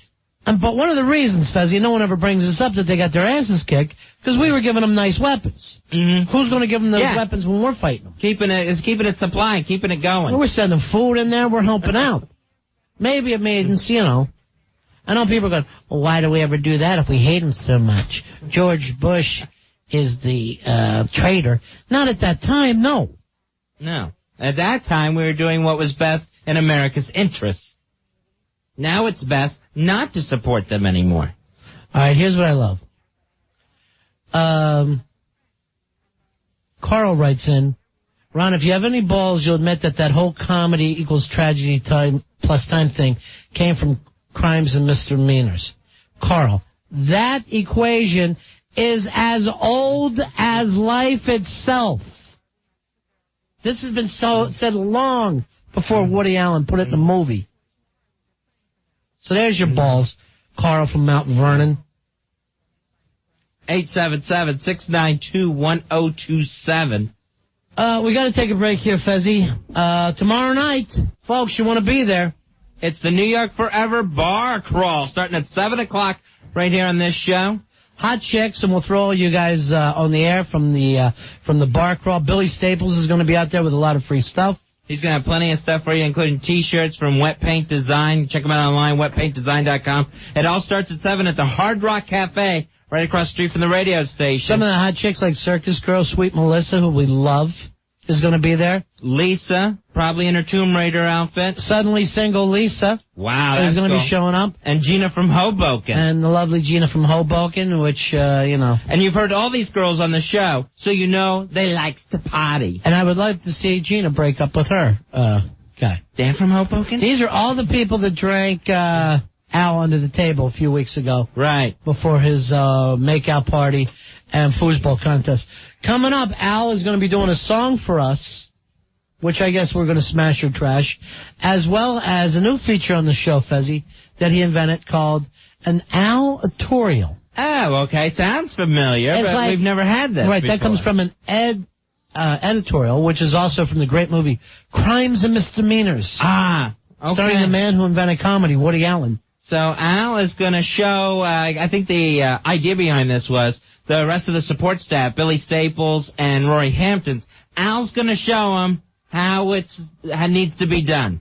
Yeah. He's going to show them how to do it, parody songs, bits, all new features on Ron and Fez. Maybe we ought to do that because I forgot about this. At 9:30, we have to do Oscar blurbs. All right, Oscar blurbs with Paulo. Paulo will return tonight. Yeah. Let's see. What's the list of movies so people can start working on their Oscar blurbs? Zoolander, starring the traitor, Ben Stiller. Ben Stiller, who turned his back on New York and Saturday Night Live this week. Yeah, said he's too distraught to try to entertain on Saturday Night Live, but has hit all the talk shows. Right. Also, Hearts in Atlantis, starring Anthony Hopkins, and Don't Say a Word. Oh, never tell. That's scary, huh? Mm-hmm. With Michael Douglas and a crazy girl. Is she crazy? She's crazy. Those are the films that Paulo will be reviewing with his Oscar blurbs. Coming up, we'll do Al and his new song and his Al-atorial. Nice. 877-692-1027. Ron and Fez. Ron Fez 102.7 WNEW. We're on a Fez. Reminding you tonight that WNEW's Eddie Trunk will be at the Whiskey Bar 10 to midnight. That's at 125 Washington Street in Hoboken. So go out there. How's that different from any other night? Eddie Trunk being at a whiskey bar. Now it's official. Fezzy, look who's here, our buddy Wally from over at Saturday Night Live, and also writing for a brand new show. Pop Across America? That's right. On TNN, the national network. That's right. So, welcome, buddy. Thanks, guys. How you doing? So, Saturday Night Live's just starting up again. We had our first rehearsal today, actually. Yeah. Who's hosting this week? Reese Witherspoon. So, wait a minute. You only start rehearsing Thursday, and then the show goes... We've only done 3 sketches so far. Wow. Yeah, we're... Is that the normal schedule, or are things messed up? Usually we do 4 or 5. Yeah, the first day is kind of always a little strange. And we're doing some extra stuff this week, which I really can't talk about, but you should watch tomorrow night. It's going to be good stuff? There'll be some surprises, yeah. Well, I heard Anna Gasteyer talking about some stuff today on Rosie. All right, well, I'm not at liberty to say. Although if you tell me what Anna said, maybe I can confirm or, what did she say? She said there may be a surprise appearance by the mayor. We won't know really until Saturday. Okay. Because he's so busy. Right. That's our buddy now, the mayor. Everybody turned around and loved the mayor for the end of his... That's right. Rudy forever. Right. That's right. We love... Everybody in New York loves Rudy. And remember what he said, folks. You got to party to support the city. That's amazing. You got to come into... Yeah. He said you got to come into the city and party, so we're putting together a bar crawl tomorrow night. New York Forever bar crawl. Starting at 7 at the Hard Rock Cafe. It moves on to the Harley Davidson Cafe. Then Scruffy Duffy's. And then back up this way to Hooters. So Midtown bar crawl. Al Dukes was supposed to do this for us. Didn't do a damn thing. At the last moment, Lisa Orban had to come through, Fezzy, and did it all. Thank God for Lisa Orban. We got to give her a call tonight. We got her number at home? Yes, I did. I want to thank her because I get it out of the bathroom. I heard on the street, Al, that she was behind everything.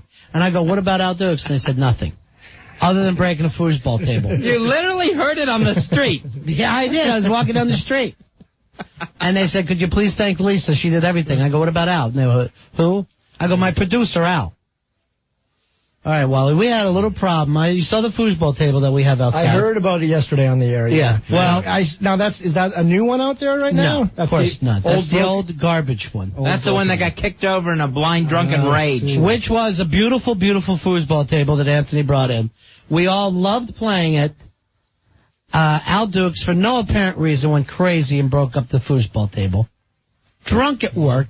Belushi used to do stuff like that. Right, Belushi used to do stuff like that. He had, reasons. Yeah. He was, he had some problems. But, on the other side, he also came through from time to time. He did. And carried the show. Yes. show. Yeah. Now, Wally, you've been to the great, that now legendary Saturday Night Live parties. Yes. Yeah. Oh, yeah. And you've been there for 12 years. Right. And you've seen the very best at partying. Yes. Has anyone gotten drunk enough on beer, on 6 beers... 6 beers. ...to kick over any sort of piece of furniture or arcade equipment? No, well, see, the thing is, we have a foosball at every Saturday Night Live party. And no one's ever... I ought to smack you now for just hearing that.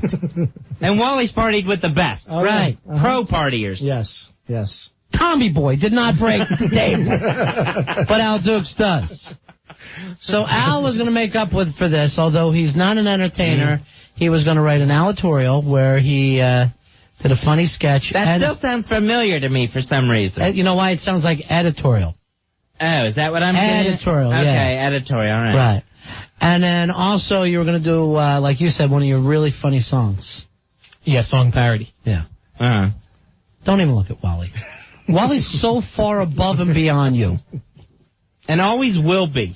By the way, let everybody know Fez and I are coming to every one of the parties this year. You're invited to every one of them. We can't make the shows, but we'll be at every one of the parties. Give me a call, I'll let you know where they are. When I came back from L.A. with my family, what was it, about a month ago, our vacation, Fez? I can't tell time anymore. Right. It was... Yeah, Labor Day. As soon as we got on the plane, Jimmy Fallon was right there in the first seat. And the first thing I thought was, great, the guy from the plane accident and Almost Famous is staring right at me. But he was really, really nice to the kids. I always try to see if people are nice to kids. When kids say, oh, hey, Jimmy Fallon, they're big fans. Right, yeah. Then they also saw him when he opened for Tenacious D and told me he was unbelievable. He's a great guy. You know what my kid said to me? They should do more with him on Saturday Night Live. They said you were doing impressions we haven't seen on Saturday Night Live. He's yet. amazing. Well, he does so many impressions. It's just a matter of getting him into the sketches, each week. But he's amazing. He's dead on with everything. Anybody new this year? We actually have 4 new cast members. Wow. 4 featured players. They're called, I can read you the names. I don't know if you've heard Seth Meyers. No. Dean Edwards. Dean Edwards, the Shaggy DA. What's that? Dean do we know a Dean Edwards that was a comic? I don't know. Yeah, okay, going on. Jeff Richards. I don't know. Maybe. Not Michael Richards' brother, no relation. And Amy Pooler, I think. Oh, I like her. I like Amy Pooler. Yeah. So it's going to be a funny cast, you think? Yeah, they're great. I met them today. They're great guys. Yeah. We're going over some cue cards, the in and out of cue cards. They must be panicking. I try to tell them not to be too nervous, and there probably won't be in too much to start with. They'll start them off slow. Yeah, I would too. I mean, here it is probably the toughest week ever to do sketch comedy. Yeah.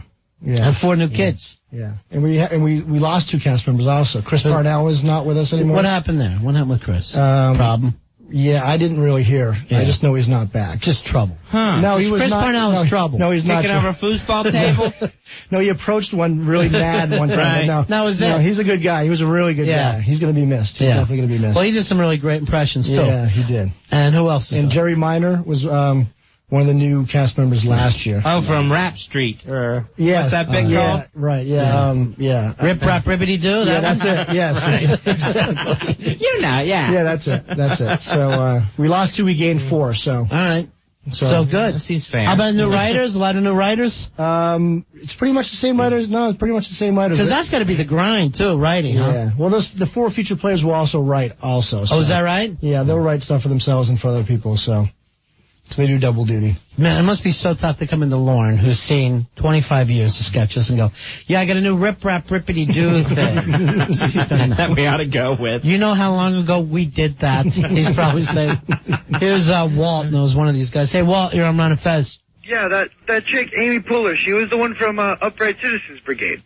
Is the that woman right? in the show. Yeah, I never saw that show. I believe that's correct, yeah. It was on Comedy Central for a while. I met her at the after party for Tenacious D, which I was looking for you, Ronnie. You weren't there. I didn't go to the after party, though. How was that? Oh, it was a good time. Was the D there? Open bar. Yeah, they were hanging. Yeah, I was invited to it, but like I said, I had the kids. Yeah, actually, I weaseled my way in. I wasn't invited. Oh, is that right? Yeah, I got in. Tenacious D, by the way, that album is out and maybe the funniest thing in the world. Great stuff. It's really, really hysterical. You got to obey the D, my friend. Obey the D. All right, that's it. See, I should have went to that. You're perfect there. You know, I should be at more parties with open bars. I should be at every Saturday Night Live party, every rock party, listening party. This is all your fault, Al, that I'm not at these parties. Get Ronnie in the good parties, Al. I will try. I can't even look. Usually, I need, Fezzy, a producer like the one from the Larry Sanders Show. Oh, Artie. Always looking over at Larry constantly. Do you watch that show? No, I've not seen it. Taking care of every need. Here's what I want you to do. I want you to get every tape from that show, sit there with a notebook, and write things down that Artie did for Larry. Yeah, and don't think that it's any sort of caricature or exaggeration. Right, it's not. That's what we want you to be. Okay. Now, maybe we'll do a smash or trash here with Al's stuff to see whether he's back in with us after. Last night, literally the worst show we've ever done in our lives because of the foosball problems. What do you want to do first, your song? Yeah, I think the song. And we also have Wally here from Saturday Night Live, who, after 12 years, is fit to judge any kind of comedy. He knows funny. Yeah, I do know funny. I like to see it written in front of me, but I'll adapt. All right. To what's good. All right. So your thing is I like to see written comedy. Yeah, because I take the scripts and I write them onto cards. Right. Okay. So that's my first judging. I get and you're going. Do you ever say to these guys, look, I'm not. No. No, you gotta be careful. That happened one time. One of my guys, Jay Moore wrote a sketch with Michael McKeon years ago, and one of my guys didn't know they had wrote it, and we rehearsed it, and he walked up to me on set, and he's like, "What is this garbage?" Like that. My God. And Jay Moore wanted to kill him. He chased him around the studio for about 5 minutes and then was after him the whole show. It was pretty funny. So, yeah, we pretty much, we support them, and hopefully they work, and if they don't, they don't. Right, you got to go with it. Yeah. I saw you get mentioned, too, last year during the update. during Weekend Update. Yeah, it was an update inside joke. Right, that was hysterical. Yeah, I also had a good mention this summer. Lara Flynn Boyle mentioned me in Allure magazine. So, really? Yeah. What did she say? Yeah, she was talking about being on the show, and she actually had it was probably the toughest host I'd ever worked with because she was nearsighted, colorblind, and dyslexic.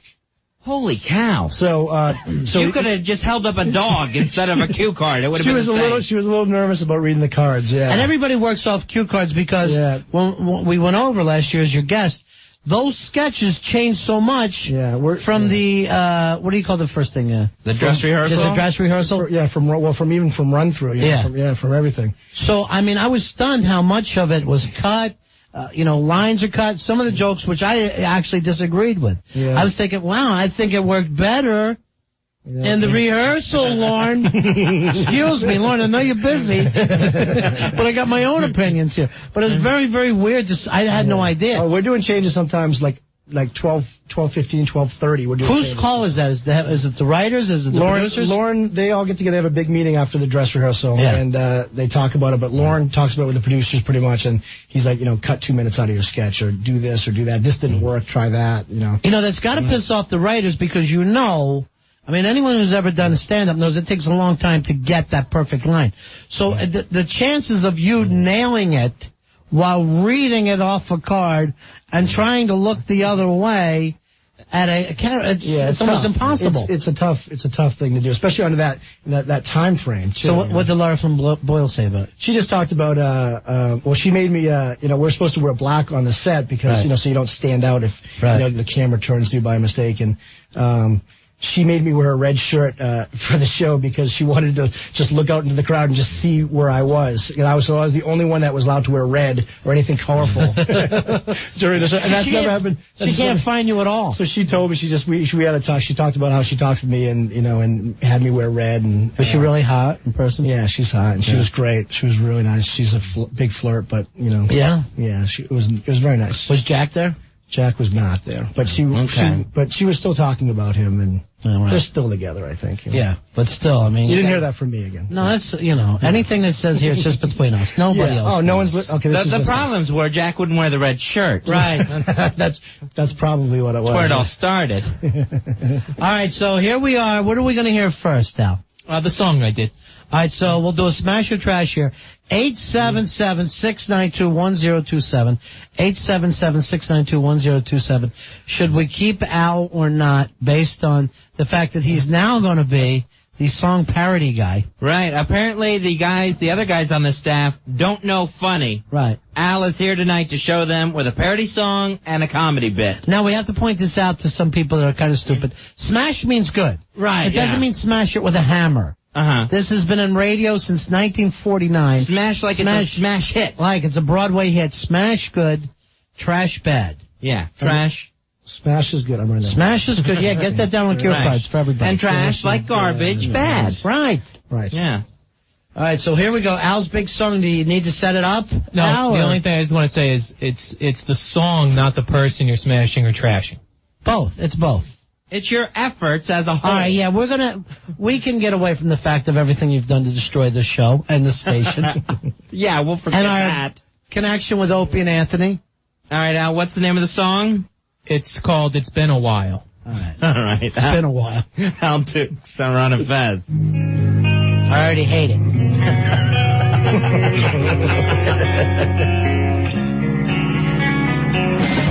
Well, it's been a while since I worked here without any fear. And it's been a while since I had that first at work beer. And it's been a while since I haven't been hated by at least one host here. And it's been a while, hope the end isn't near. And most of the things I don't remember. The drinking blocked my memory. Know that I broke a foosball table. that doesn't even belong to me. It's been a while. Wow. All right, I'll say this. I'm not going to, I don't want to say anything about what the audience is going to do. I love the singing. I'm not sure about the song, but the singing was perfect. Now, all right, Al, so that's the example. If Billy Staples or Roy Hamptons came in with a parody song of that quality, that's what you want for this show. Now, you turn down Airsick all the time. Right. And you think that song is better than Airsick. Yeah, I think it was funny. All right, let's That's change. That's just me. I didn't mean it that way. I meant it's right, because they're never funny in your opinion. You're right. Yeah, I guess you're right, Al. You're the producer. That had to hurt. Now let's check with Wally. 12 years with Saturday Night Live. Fezzy. Yes. Of course, a professional writer himself. Mm-hmm. With TNN. Yeah, I got to get going. No. Seriously, did you love it? Smash is good. Smash is good. I would say it was not a smash. It was a trash? I would say it's a trash. Wow. Trash. The vocal stylings were not quite up to par. It's been a while. It was almost a plea. Yeah. I thought it summed up everything pretty good. It did. You know, the guy from Weezer probably saying, I could beat up Al. I know I could beat Al. All right, let's check with some of these people, see if whether it's a smash or trash. Hey, Johnny, you're on Ron and Fez. Hey, Johnny. Yeah, how's it going, guys? We got a trash at him. That Al. Steve, smash or trash? Steve? Yo, what trash? Trash and... all right. Horrible. Wow, are we going to have our first shutout here? Yeah, this could be bad. John, smash or trash? Trash. All right, trash. Yes, another trash. There's a lot of trash tonight. All right, Billy, smash or trash? I'm going neither. I'm going to say hash, because you got to be smoking something like that. So. All right, so that's different. That's completely off the charts. I'm making my own category, boy. All right. Peace. By the way, be careful with the hash, because I think if we're smoking hash, we're supporting the Afghanistan. Oh, that's right. Army, a lot of hash out of there. Make sure that's not Taliban brand hash. Right, you got to be very, very careful. John, smash your trash, buddy.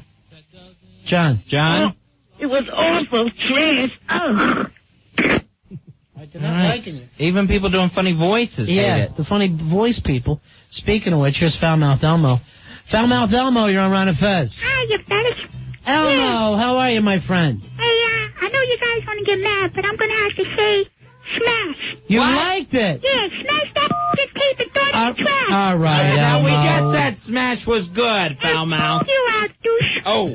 All right, and don't just bleep out the me, but the F word also. Right. Yeah, and I got a parody show for you guys. All right, let's hear it. No, it's too long for now. I'll come back later. All right, do it later. All right, thank you, Elmo. Everybody. The Muppets going to call back later? Yeah, the Muppet, I guess they stay up late now. He likes to hear his theme song, I think, is what he likes. Yeah, well, it's a good one. Hey, DJ, you're on Ron and Fez. Hi, DJ. Hello. I say trash it. All right, another trash it. Hey, Mike, you're on Ron and Fez. Hey, Mike. Hey, Ron and Fez. Wally. Yeah. I just threw my effing radio out the window. No, not that. It's out. I'm glad to see Wally's getting a follow. Yeah, thanks a lot. Nice. They love him. People are loving Wally. Watch me tomorrow, Saturday night. Yeah. Out the window. How often do you get on the show by accident? Well, they do these teases between commercials where they'll tease the next, sketch, which is kind of new. Yeah. And I always know when they're going to do those. Yeah.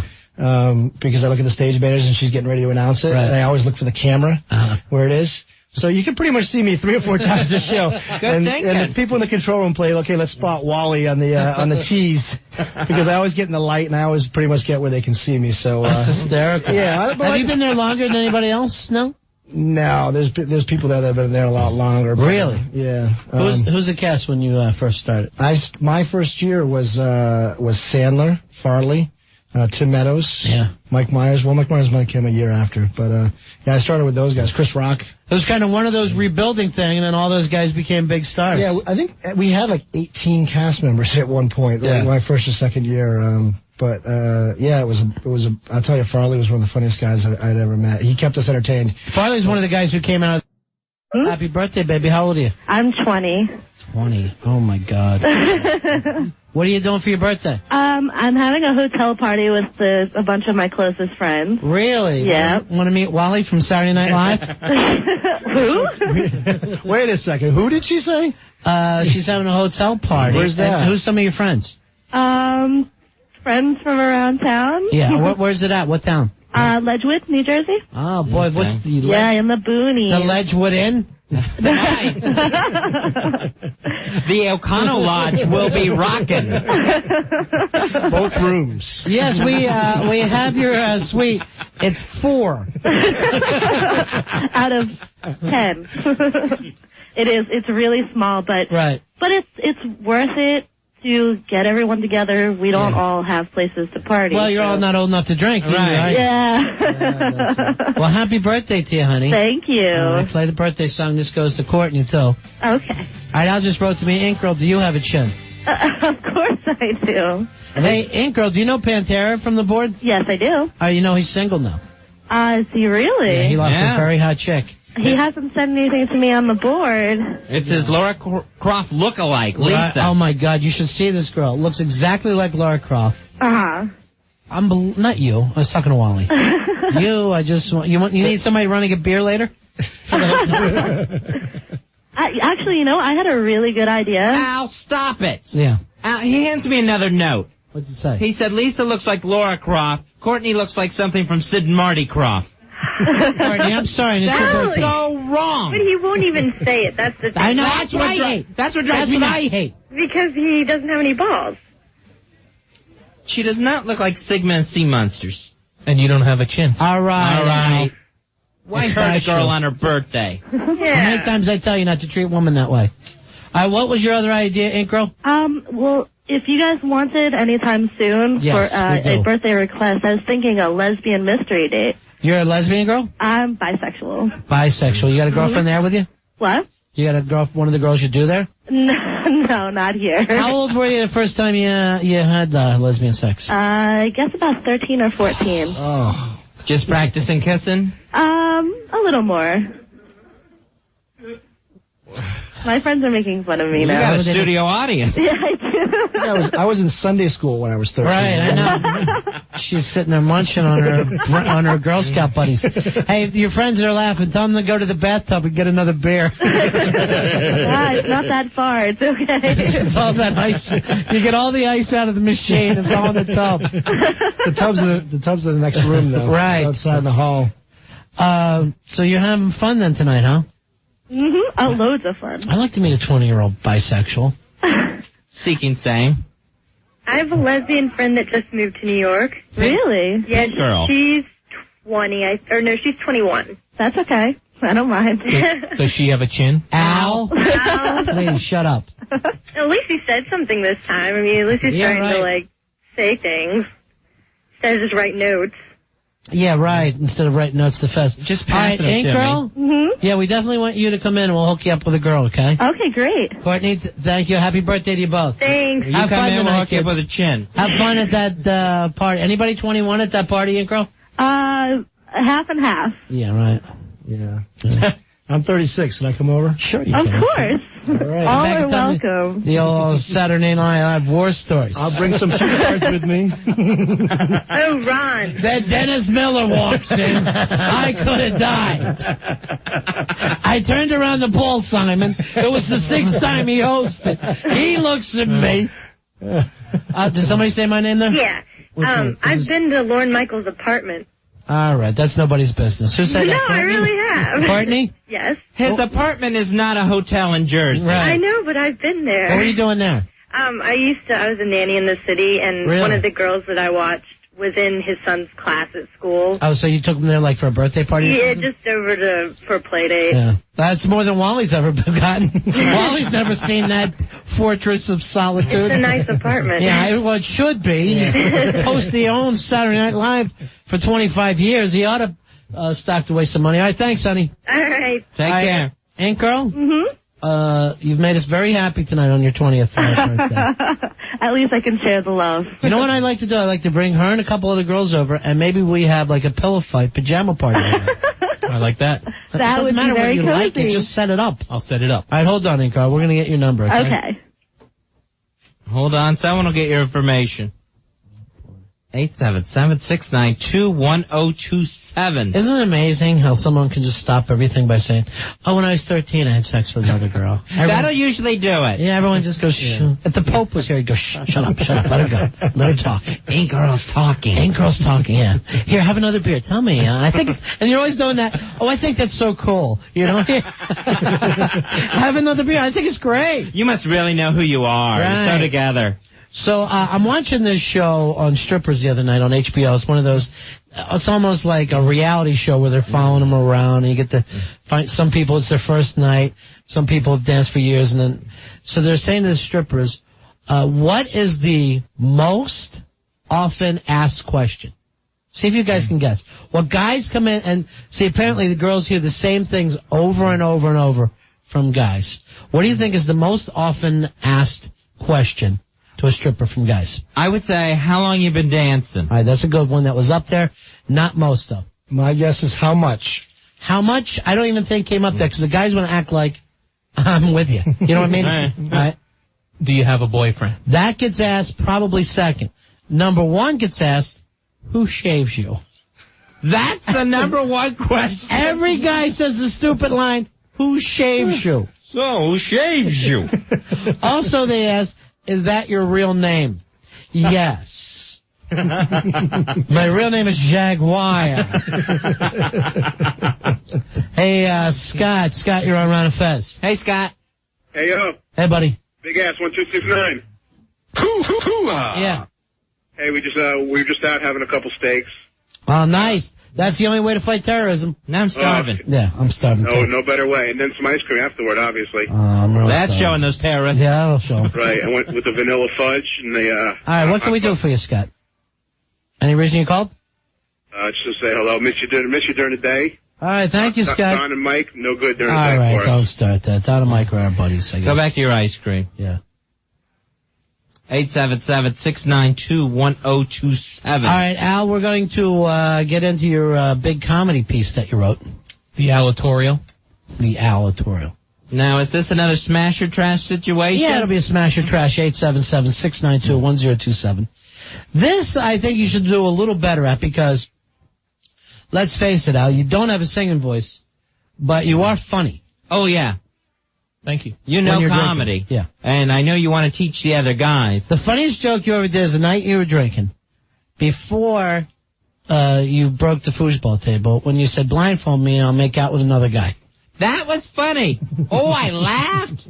Well, you've tipped a few back, right? Oh, yeah. When you're drunk, would you ever let anyone blindfold you and say, see what this kiss is like? No, I'd have to be passed out. Right. No, yeah, I'd have to. There's not an 8th grader who would fall for that bit, Al.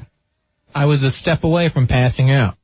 I mean, that's how far gone I was. Al, you destroyed a green room an hour and a half later, might I add. Is when you finally got put out of the studio and went on your raid. And you also said the guy was a great kisser and he had a beard. So who's to blame here? Right. You opened a door that night. Enjoy it. You would have been kissing Osama at that point. That's why he likes chins. He likes the beard. Right, he likes the beard. That makes sense now.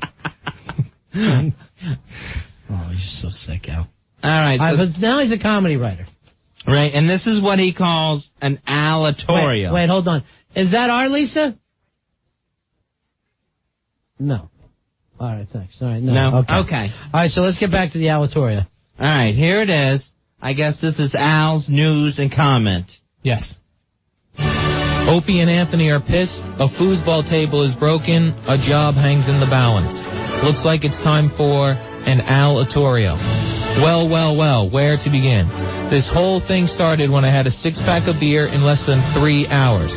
Then I was tricked into kissing a guy while I was blindfolded. And, as any straight man would do, I went into a rage and kicked over a foosball table. Opie and Anthony were pissed. Ron and Fez were very embarrassed. But keep in mind, I was very drunk. So drunk that I blacked out. I would never have knowingly smashed any of Opie and Anthony's property. I now have less than a week to find a suitable replacement table. The search is not going good. It's a good time novelty Gibraltar table if anyone happens to know where I can find one. Hey. But you know, this whole thing reminds me of growing up in Woodbridge, New Jersey, where when I broke a friend's toy, someone would always fix it for me or just buy them a new one. One time, I broke a friend's New York Yankees baseball bat. As usual, Mother went over my friend's house to fix the problem. Wait a minute. I remember my friend's dad, Bobo, telling Mother to choke up on the bat real good and to really get a feel for the wood. Wait a minute, that wasn't my friend's broken baseball bat. Anywho, I would like to make this my formal apology to Opie and Anthony, Ron and Fez, and the entire listening audience. But remember, I'm here. I am not queer. I will not disappear because Jeremy loves me. Thank you. Wait a minute. Wow. Hold the phone. What? Now I know why it sounds so familiar. What? Wait, well, this thing is good. This is nothing more than an absolute rip-off of a Fezatorial. Fezatorials? Yes, the Friday night Fezatorials that we do.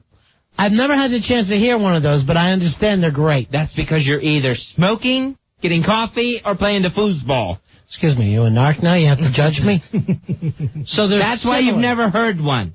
So they're similar. Similar? He completely ripped mine off.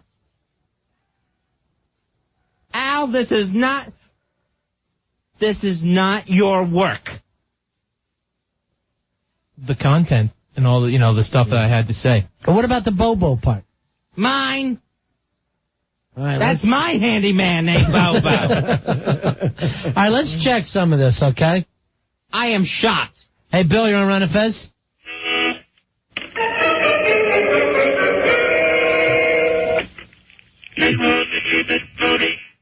His own sound effects. That's nice. All right, Harmonica Man doesn't like you. Harmonica Man said it wasn't even funny. All right, now does he mean all those editorials, those Fezatorials? He means the Alatorial, whose format was stolen from me. Darren, you're on Run a Fez. Hey, guys, you got to get this guy off the air, man. I'm looking for a brick wall to crash my car into. This guy's killing me. Do not crash into a brick wall. Stop telling people how to live their lives. 877-692-1027. Hey, Tom, you're on Run a Fez. Hey, Tom.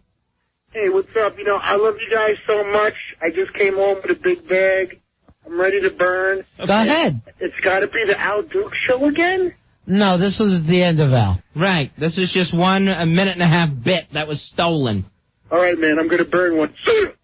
I'm still taking that as a trash. Well, let's go with that. Lisa, you're on Run a Fez? Hey, Lisa. Hey, guys. What's up? Hey. Go ahead, sweetheart. It sucks. He needs to stop making excuses. I can drink more than he can. All right, honey. What about you? How old were you the first time you were with a chick? I haven't been with a chick lately, I guess. Lately. How long's it been? About 20 years.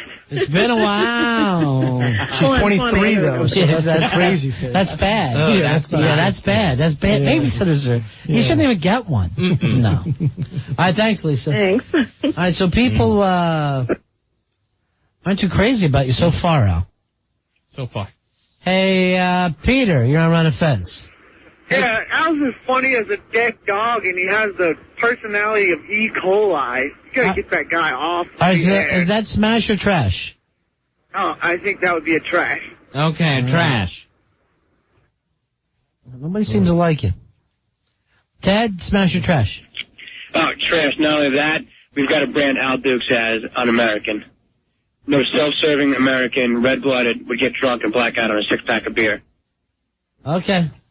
Al? That's another trash. Hey, Junior, you're on Run a Fez. Junior? Hey, guys, how you doing?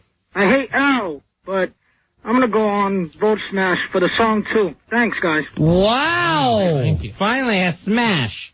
Al, you're the comeback kid.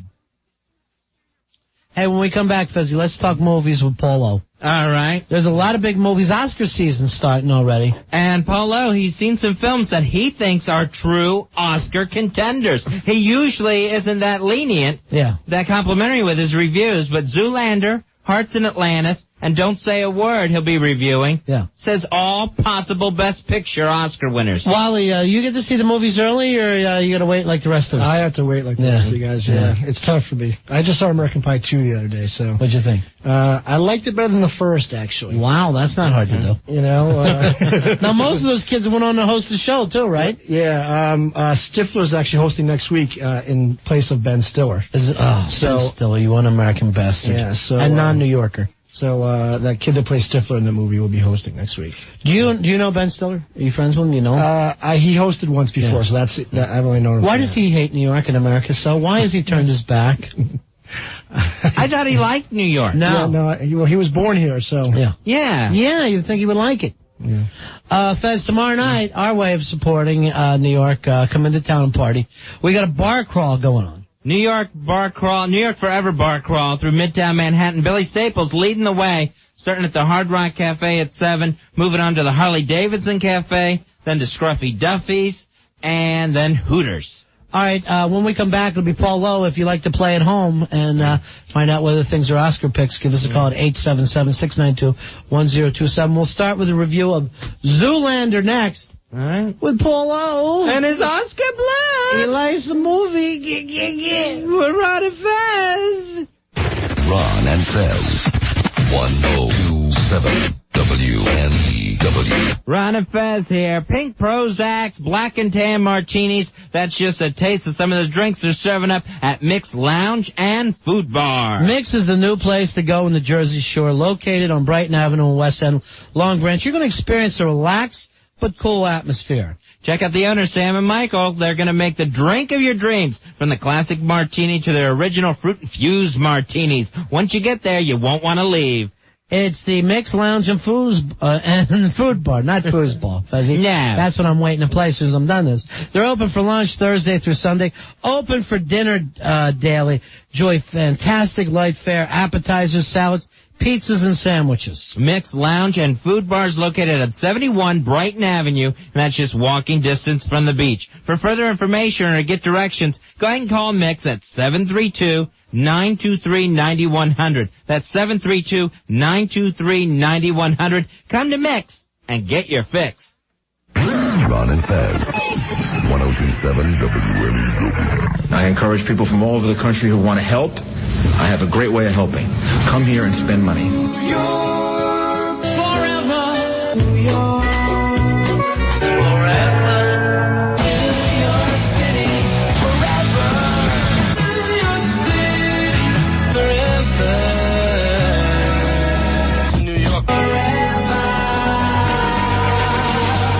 The support and the willingness of people to invest in the city and people to come to the city of New York, a way of showing support for the city of New York. We're Ron and Fez. Tomorrow it's our New York Forever bar crawl starting at 7 o'clock. Billy Staples taking everyone through Midtown on a bar crawl. It's going to be a lot of fun. Be 7 o'clock tomorrow, Fez, with our buddy Johnny Hard Rock over at the Hard Rock Cafe on 57th Street. We also wanted to thank Vital Transportation and Top Notch Limousines. 1-800-GO-VITAL. That's 1-800-GO-VITAL for a cool ride for yourself. And Billy Staples will actually have T-shirts for some of the people going out there and giveaways all going on during the New York Forever bar crawl. Your chance to help out the city by just coming into town and start drinking. Yeah. Patronizing the bars, the clubs, the restaurants. The mayor wants us to do it. Yeah. It's now your patriotic duty to come into the city and waste all your money. All right, let's check on movies, Fezzy. Movies are still going on. Would you wait? You idiot. You idiot. What are you doing jumping out of the guns like this? I don't know. I don't know if you're jumping out of the guns or just jumping the guns. He's doing something Yeah, and it's annoying me. Yeah. Shut up till you're introduced. Blurbs with Paul Lowe. Will Chris be tucking away the Oscar? They're racing the rats right to the Oscars. Marky Mark has great Oscar appeal. Please go to the Oscars. All right, Paulo. All right, I can talk now? Yes, now, Paulo. You just got introduced. Okay, Paulo, you like the movie. How you doing? I'm in the lobby. Paulo, you like the movie? Thank you. Yeah, I'm in the lobby of the movie theater, just at another opening, another show. What'd you see just now? Don't Say a Word. We'll get to that one later. All right, Michael Douglas. First of all, Paulo, let's talk Zoolander by the un-American Ben Stiller. Ben Stiller. He's pretty un-American now. Of course, this is one of his projects that he directed, he wrote, so he's very much behind it. He's got his whole family in it. His father plays an agent, of course, Jerry Stiller. Ann Mara's in it a little bit. His wife, Christine Taylor, plays his love interest. Christine Taylor, of course, is Marsha from the Brady Bunch. Yeah, that's his wife, right? Yeah. God, he's got a good life. He's got a good life, this kid. It was very weird. I actually went to my doctor's office the last time I had a visit there. I'm sitting in his office. He's got a picture of him and his wife with the Stiller family. Really? Stiller and Mira, Ben Stiller, and Christine Taylor. I always loved his mom best. Aunt Mira? Yeah, she's great. She is great. And I wonder if she's anti-American. Nah, whatever. She raised one. Yeah. And his main nemesis in this movie, I guess, is Owen Wilson, who is the other supermodel. Who I think is hysterical. Oh, he's a great. He definitely raises the whole caliber of the movie. He's the guy who's the up-and-coming supermodel. Are you saying we'll be Owen him and Oscar? Well, I like that. I see what you... Because he's Owen. His name's Owen. Owen Wilson is destined for some kind of... This year for Zoolander, he's going to get the Oscar. All right, you hear it here first. He's a great writer, too. He's got the, that Wes Anderson movie coming out, too. So he writes movies, and he's an actor. Is he a triple threat? He's almost a triple. I think he's a double threat right now. But right now... You're so retarded, Paul. You really are retarded. But Ben Stiller is the triple threat this time because he's writing, directing, and he's acting as the supermodel, which I don't understand because I don't find him a very attractive man. Sure he is. I don't know. Maybe that's the joke. I think that's part of the joke. What do you think? You think that's it, Paulo? Well, I mean, what you're saying, basically, with your review is, this year's Zoolander will be landed the Oscar. Take Oscars to the Zoolander. They love the Zoolander. Like retards? Like Oscars are retards? I get it. And of course, Will Ferrell from Saturday Night Live. He's the... Will Ferrell win an Oscar? Of course. And he's the arch villain, a fashion... courtier designer who is supposed to have him assassinate a Malaysian prime minister. Paulo, just so you know, Wally's here. He's our pal from Saturday Night Live. He's worked there for 12 years. He's on the show with us tonight. Oh, nice. How's Will Ferrell in person? Will Ferrell's in person. In person. Would you quit doing bad interviews? Okay, sorry. Will Ferrell's a great guy. He's one of the funniest guys I've ever met on that show, actually. Not just saying that because I work on the show. He's a really nice guy, and he's nuts. He's pretty good. Did you ever have to introduce him to Perry Farrell? Will Ferrell? Perry Farrell. What if they got married? What if they just start saying you pronounce your name wrong and start punching each other? Paulo, would that movie be like? Well, Will Ferrell is kind of a utility player now. He seems to show up in every movie. In this movie, he plays Mugatu. And of course, the thing is that this is that humor of the stupid, humor of the ridiculous, like Austin Powers or Waterboy, where the character is so unbelievably stupid and yet somehow his life turns out fabulous anyhow. All right, this on the instant feedback from Private Pilots about Ben Stiller's wife. It says, Masha, try Oscar. Get. Yeah, Marsha. I mean, I haven't seen her working much lately. I think the last thing I saw her do was that Friends episode where she shaved her head. And, I guess she's just happy being married to Ben Stiller. Wouldn't you be? He's got some bucks after those, that Meet the Parents. I know that. And would you be saying Stiller or Oscar after all these years? I don't know why you always have to get everything into a blurb, Paulo. I know. Hey, Craig, you're on with Paulo, the Oscar guy. Hey, Craig. How you doing? 8914. Yeah, go ahead. Don't count out Zoolander, Ben Stiller, Oscar contender. That doesn't even make sense, does it? Don't count out Zoolander. I think most people feel Ben Stiller's just not very American right now, so I don't know if he's going to win an Oscar. Yeah, I see what you're saying. Here's Helen. Helen, you're on Ron and Fez. Hey, Hi, Helen. guys. Hey, baby. How are you? Good. Okay, ready? Yeah. Zoolander may not be a great movie, but it's still a going to the Oscars. Does that make any sense? That doesn't make any sense. No, not at all. Get it, Stiller? Going to the Oscars. Okay, now I get it. The way you played up my Zoolander part, I thought that was where the play was going to we're going to need some stronger blurbs, 877-692-1027. Or some translators. Please. Right, either one.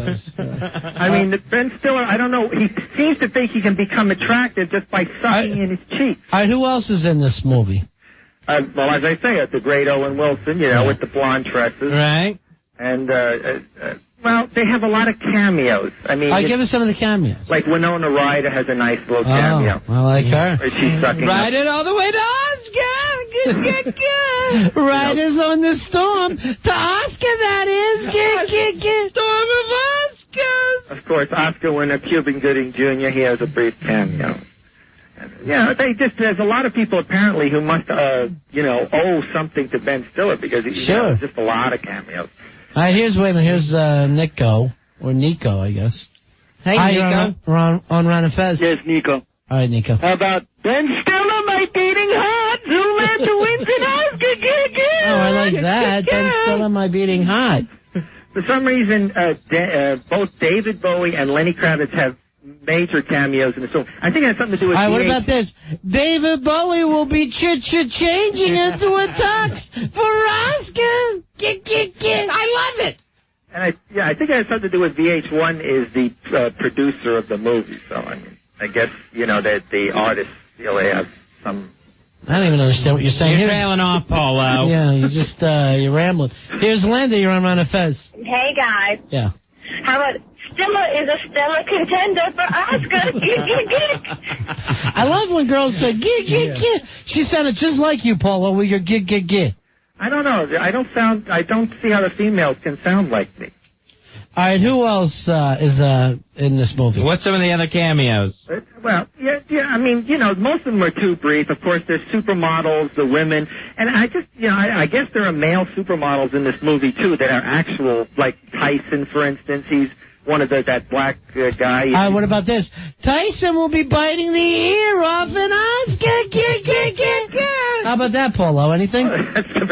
It wasn't that Tyson, but it doesn't matter, though. Really, does it for a blurb? Here's Chris. Chris, you're on with Paulo, the movie reviewer. Christine Taylor will Zoolander an Oscar. I don't know about these callers. Paulo, is it the callers or the movie? I think it's the movie. Hey, John, you're on Ron and Fez. Ben and Jerry Stiller Zoolanding at the Oscars. He just says Ben and Jerry Stiller. That's his turn of a phrase. I never realized they were Ben and Jerry before. They should start a company. Sell something, spaghetti sauce or something. They'll be enjoying Jerry Garcia at the Oscars. Extra golden this Sunday. Andrew, you're on with Paula. Father and son. Yeah, we got Cuba Gooding Jr. says, show me the Oscar. Show me the Oscar. Help me help you to win an Oscar. But, Ben Stiller is fine and all that, but Owen Wilson really does make this movie worth seeing. I think he's always funny, and he's funny in this movie, too, there's no question. All right, here's Matt. Matt, you're on with Apollo, the Oscar man. Matt, go ahead. Jerry Stiller, King of Queens, King of Oscars. Apollo, what's with the get? Why after you say something is it get? Why is that? What? And I notice it's not just about Jerry Stiller. It's right. like every movie, every week. I don't know. All right, here's Leo. Leo, you're on with Paulo, the movie reviewer. 8605. Yeah. Thank you. Zoolander's the very model of an Oscar contender. I like that because it's a model. Nice work, Leo. I mean, they do try and give it that Austin Powers thing because...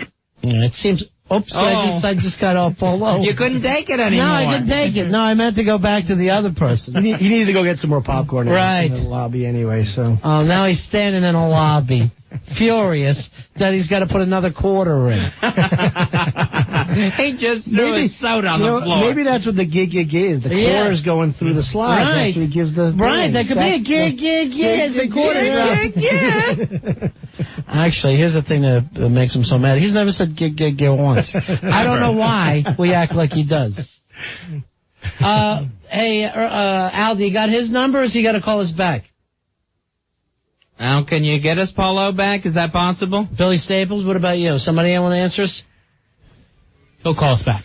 Oh. He won't know to. He's a half a retard. He's going to think he's in trouble with us. He's used to us ignoring him. And he's used to us yelling, you're never going to be on the show again, and hanging up. Right now, he hasn't even taken a breath. He's still talking about Zoolander. And then he's going to say... and set design. You know, I do the best I can. If it's not good enough for those guys... Yeah, I guess they hung up on me. I'm sorry. I guess Oscar has its hang-ups. Oscar, please call me collect. Oscar, I'm waiting in the lobby of this movie theater. All right, hold on. Here he is. He's going back. All right, get off the thing. I know it's him. We know who it is. Take your big thumb off of Billy. Billy, you're sitting on the line. That's not Polo?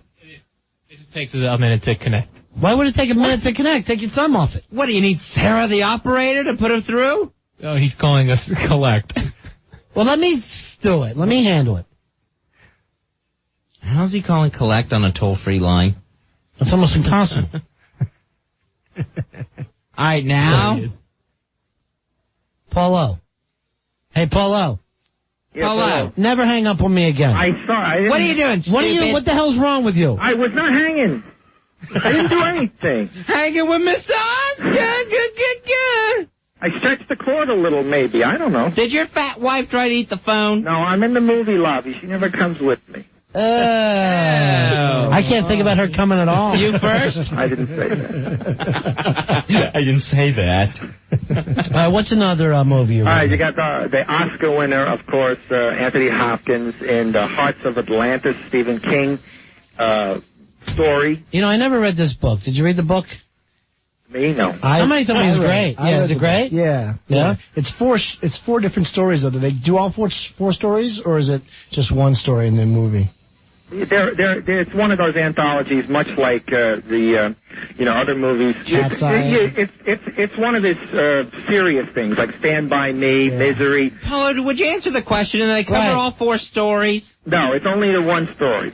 Okay. The Hearts of Atlantis. Why Wally isn't doing movies for us? Wally, is that going to make sense to you that it's only one story? Is it going to feel like we've been effed? No, the first story is the longest, and it was the most interesting of four stories. Is that right? Yeah. That's Stephen King. You don't know when to stop. Yeah. If I was his publisher, I'd only give him so much paper. Well, I mean, you got to hit him with a truck once in a while just to slow him down. You do need to. Yeah, just to slow him down a bit. Right.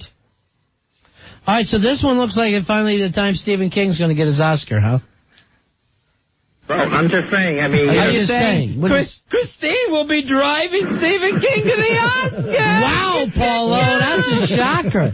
I mean, obviously, Shawshank Redemption and The Green Mile and Misery, and of course, Stand By Me, which this probably resembles the closest because it's about a young boy in 1960. Stand By Me for pictures at the Oscar! I like that. And of course, the young child has no father, and the mother is kind of like neglectful. And what about this? It's a full house, 3 hearts, 2 Oscars, and Atlantis, and a king. That's nice. We should have went with the king. Yeah. Oh, it's a nice story. It's a serious story, but they try and enter that little supernatural angle, with the Anthony Hopkins is the gentleman border. Are you saying he's a Hopkins and a jump away from Oscar? Hopkins is always a contender. There's no question. Oh, I love that. So this is it. So you really like this one a lot? Well, I got to tell you, personally, it has all the elements of a really good movie. But somehow there was something did not click. The magic wasn't there. It was a little bit underwritten, especially Anthony Hopkins' part, which the kid part was good, and David Morse is him as an adult going back over his life. I would have liked. I think there's some good parts to the movie, but I'm a little disappointed that they didn't resolve a lot of things about the Anthony Hopkins character. So you're saying in March they'll discover the lost Oscar of Atlantis at the Academy Awards? And, I mean, but nonetheless, I mean, Anthony Hopkins is a contender for the Oscars. He's always a good actor. But it is a little overplayed on his part, too. That's no Hannibal. He wins the Oscar. Polo. Hey, Matt, you're on Ron and Fez. Hello, your wife's a movie. Thank you. 108 here. Hey, 408. Thank you. All right, what do you got? Atlantis. Eyes on Oscar. I like that. Hearts of Atlantis getting a bypass to Oscar. Hey, Norm, you're on with Paulo. Norm. Hey, does he have a number, too? Ron Fez, Yeah, the gas card holder 6169. Yeah, he does, goddammit, Paulo. Shut up. In Hearts of Atlantis, Anthony Hopkins likes his hearts with fava beans, a nice fiance, and an Oscar. Everything is I mean, Anthony Hopkins got to get These people are better than you, Paulo. You know that? The callers are better than you. I get the movie from them more than I get it from you. Paulo saying Anthony Hopkins should give a lecture on winning Oscars. Instead of a lecture? Yeah, lecture. That's good. Mm-hmm. That's a good one. Good one, Paulo. Hey, Maz, you're on with Paulo. Maz, go ahead, buddy. Anthony Hopkins will be shining at the Oscars. Well, Stephen King is shining. You know, he wrote The Shining. Why are we sitting here nitpicking? Okay, I'm saying. They're trying, right? They're trying hard. That's the important thing. Right. Hey, Dave, you're on with Paulo. Hey. Go ahead, Dave. Hey, Yeah. Anthony Hopkins to the Oscar seat. Yeah. I've got a sinking feeling Atlantis is going to win the Oscar. Because the continent sunk? Uh-huh. Yeah. There's nothing, I mean, I have no idea what Atlanta means. There's some ramblings that Anthony Hopkins goes on about Go ahead, Rich. You're on instead of Paulo. How you doing, guys? Yeah. Stephen King won't have to worry about an Oscar and name more. And name more? That one I missed. King of Atlantis. Oh, okay. Oh. That's bad. I thought Aquaman was. From what I've read. Hey, John, you're on Ron and Fez. Hey, John. Hey, how's it going? Hey. Anthony's Ken Hops, he wins an Oscar. Ken Hops, he wins an Oscar. Completely revert the name. Yeah. It works better. In my opinion, it works better. Why does it change it is beyond me. Here's, I don't have anybody up there, do I? Just Paulo. Yeah. Here's he can David. call himself Tony. Here's David. David, you're on Ron and Fez. Hey. Oscar gave his heart to Atlantis.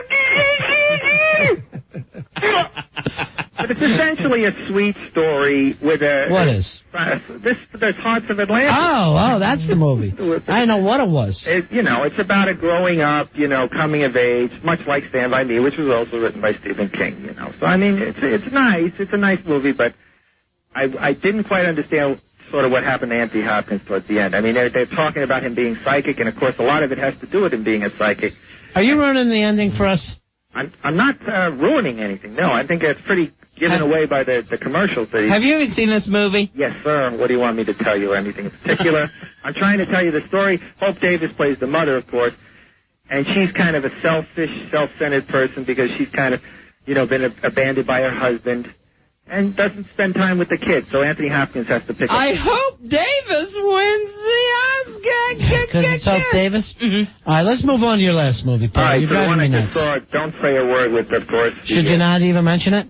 Great Michael Douglas. It was long. I mean, I just got out. It was a little over 2 hours. All right, now this has a hot, crazy chick in it. Yeah, Brittany Murphy was in The Girl Interrupted. She plays a crazy girl in that movie, too, the one with the chicken bones under the bed. So how good was it? Any good at all? Yeah, well, I mean, here you would hope that it was about the psychological interplay between Michael Douglas and the crazy girl.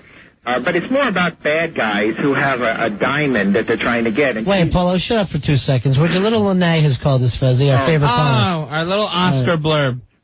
Hey, Lene? Lene, you there? Yes, she is. Hold on. Okay, let's hold on for Lene. And the word is Oscar. It's a sleepy one. Yeah, we went late. We're a little too late with her. You're very late. Yeah.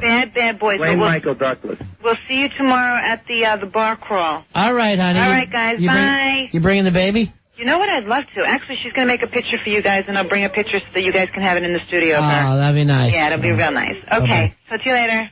She's a bar toddler, not a bar crawl. Polo, I don't even know if I want to do this last one. Yeah, I understand. Don't say a word. Don't say a word. It's pretty much your typical bad guys, trying to steal You're still talking, even when I said I won't even do it. All right, sir. All right, because we got some important news here. Look who's on, Fezzy. It's Lisa. Lisa, you going to be here tomorrow night? Hopefully. All right, because we can't do this bar crawl without you. You're the hot chick that everybody's crazy about, right? Oh, well, I wasn't aware until now, but thank you. Stop it. Now, you dressing like Lara Croft? Well, this is the thing. I have it ready. Yeah. But I was talking to Billy about it online, and I came to the thought that it's not a good idea. Why? One, because I'll look like a complete ass walking around this silly outfit around like the streets of Manhattan. Right. And two, because in the light of recent events, I don't think the cops would appreciate me walking around with what appears to be heavy artillery. Oh, yeah. Two pistols on my hips and an M16 on my back. I don't think they'd really appreciate that. Oh, that's right. Lara Croft carries guns. All right. They would love to strip search you, though. I'm sure they would and then arrest me, so I don't know if this is a good idea. Yeah. I mean, I was thinking maybe to save it for Halloween. I really don't know. Oh, boy. What if you just dressed like that for us, and then we put you in a pair of baggy sweatpants to hit the streets in? Oh. We're dying to see you in this outfit. I'm dying to come in with it, but things never seem to work out. Yeah, I know. She says right now, Ronnie, her and Pantera can only come as Seals and Croft. It's that Lara Croft. All right, so no Lara Croft tomorrow, but you will be showing up wearing something. I'm hoping to. I don't know. Well, why hope? I'm not sure how I'll be getting there. If Pantera still wants to take me. All right, you and Pantera, I know, had a little snip or something, right? Well, I mean, come on, it happens all the time. What happened this time? You go out with another one of his friends? No, I'm never going to live that down, am I? No, what happened? Oh, nothing big. I think it's blown out of proportion a little bit. All right, so you're ready to say, Pantera, let's put it behind us.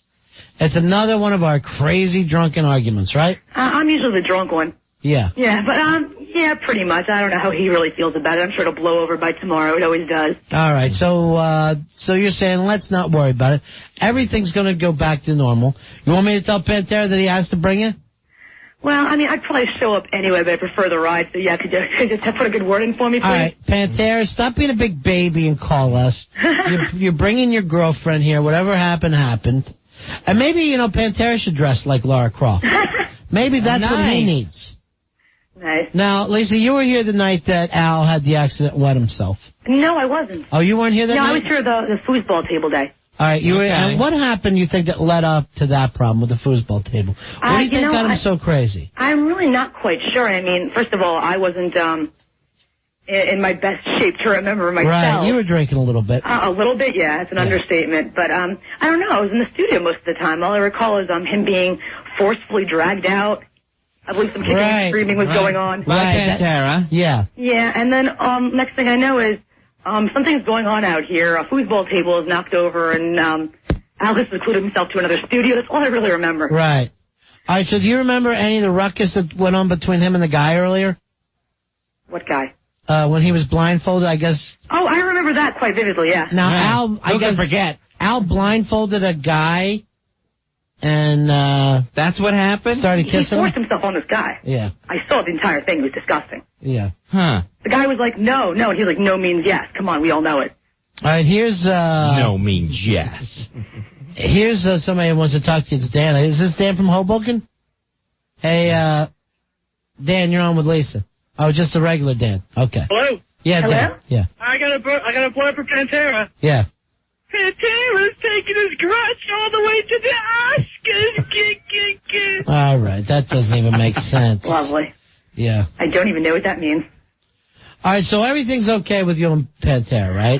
Well, everything will be okay tomorrow because I'm in the mood for drinking, so. And when aren't you? Is there ever time? We'll put it off till Saturday. Tomorrow I'm going to be drinking. All right, is that sweet, Melissa? All right, I want to go to her. I want to go talk to our sweet Melissa. And we want her here tomorrow night. So we love to have the regular girls here for this spark roll. Our drinking girls. Yeah.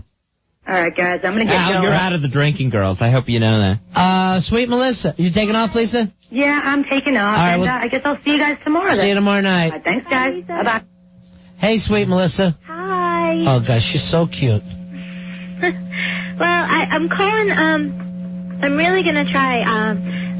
Family stuff is pretty crazy here, but okay. My boyfriend was like, well, you probably should go out because I was fed up and tired before my mom went into the hospital, so now that it's all here, I'm just like... Now, he's pretty good about letting you play with the boys, huh? he is very, not play with the boys, but he's really sweet. He's a nice guy. Yeah, he's not the jealous type. Right. No, definitely not. He's a very good person. Yeah. He really is. Yeah. Aw, thanks for saying that. All right, now, Al, who you helped that night, how did he treat you afterwards? Was he nice? Did he say, you kind of saved my carear when I was being so mean on Fez? You calmed me down? You took me in off the ledge? No. What was his response? Well, basically, he didn't, that whole weekend, he didn't say anything. I had given him my number just like to make sure he was okay, and he didn't call her. But, you know, that's okay. But I didn't get an email either. No, I did email you. You're a homo. No, I absolutely No, wait, no. Let me finish my story, Al.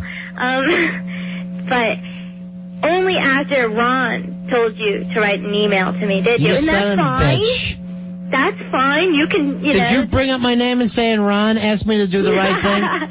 Well, it was, you know, I don't want to come down too hard because whatever. Who cares? You know, it's Al. But it was embarrassing because I'm like, well, he didn't think of it enough of it to say thanks by himself. He had to wait till, you know, Daddy Ronnie told him to. So that's a little... And, Sweet Melissa, you stayed by his side the whole time he was having his breakdown. Well, it was so heartbreaking to see him that sad. And now, you honestly, said I would do it again. When he was coming out of the closet that night, you said you were a little turned on by it. I think it's hot when guys kiss. Like you thought you could turn him. The one way I can't turn on girls. Oh, man. I normally say I'd do anything for a woman. Yeah, no, you're drawing the line. That was pretty hot. That was pretty sexy. And then, you know, how long did it take before he broke up the foosball table? Well, An hour and a half?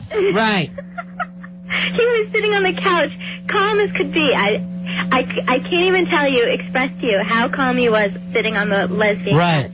And then all of a sudden, out of nowhere, he just lunges forward and into the foosball table. So that's how it happened. He went from a sitting position all the way into it, and I was standing right next to him, and then all of a sudden, I was like, uh-oh, and then he ran into the engineer's booth, and I went to go after him, and he was crying, and he was like, no, I want to be alone. You were crying in front of a girl? Marlena Dietrich, you wanted to be alone? I think he realized he was sitting on the lesbian couch is what the problem was. All right, now here's what I love. Sweet Melissa, who we're all, and I'm not kidding about this, everyone here deeply in love with her, because she's like the perfect chick. Okay? And she was being so nice to Al. He doesn't write back to her or to say thank you for this. Dan from Hoboken writes to me, Al emailed Pantera and I the very next morning if that tells you anything about Al's sexuality. Wow. Al, why what were these emails about? Why, I love you. Instead of going to the hot chick, you're writing to the beefy guys. Beefy. I was very embarrassed from what people told me I had done, so, and that Melissa was there the whole time. I was just very embarrassed. I wasn't sure what I was going to write to her. Believe me. So write to the guys on the message board? No, I wrote to them at their home emails just to say, hey, I hope I didn't know if I said mean stuff about their girlfriends, which I wanted to. Why wouldn't you worry about this with Melissa saying, I hope I didn't say mean things to you, honey? She sounds like she almost got hit with a foosball table.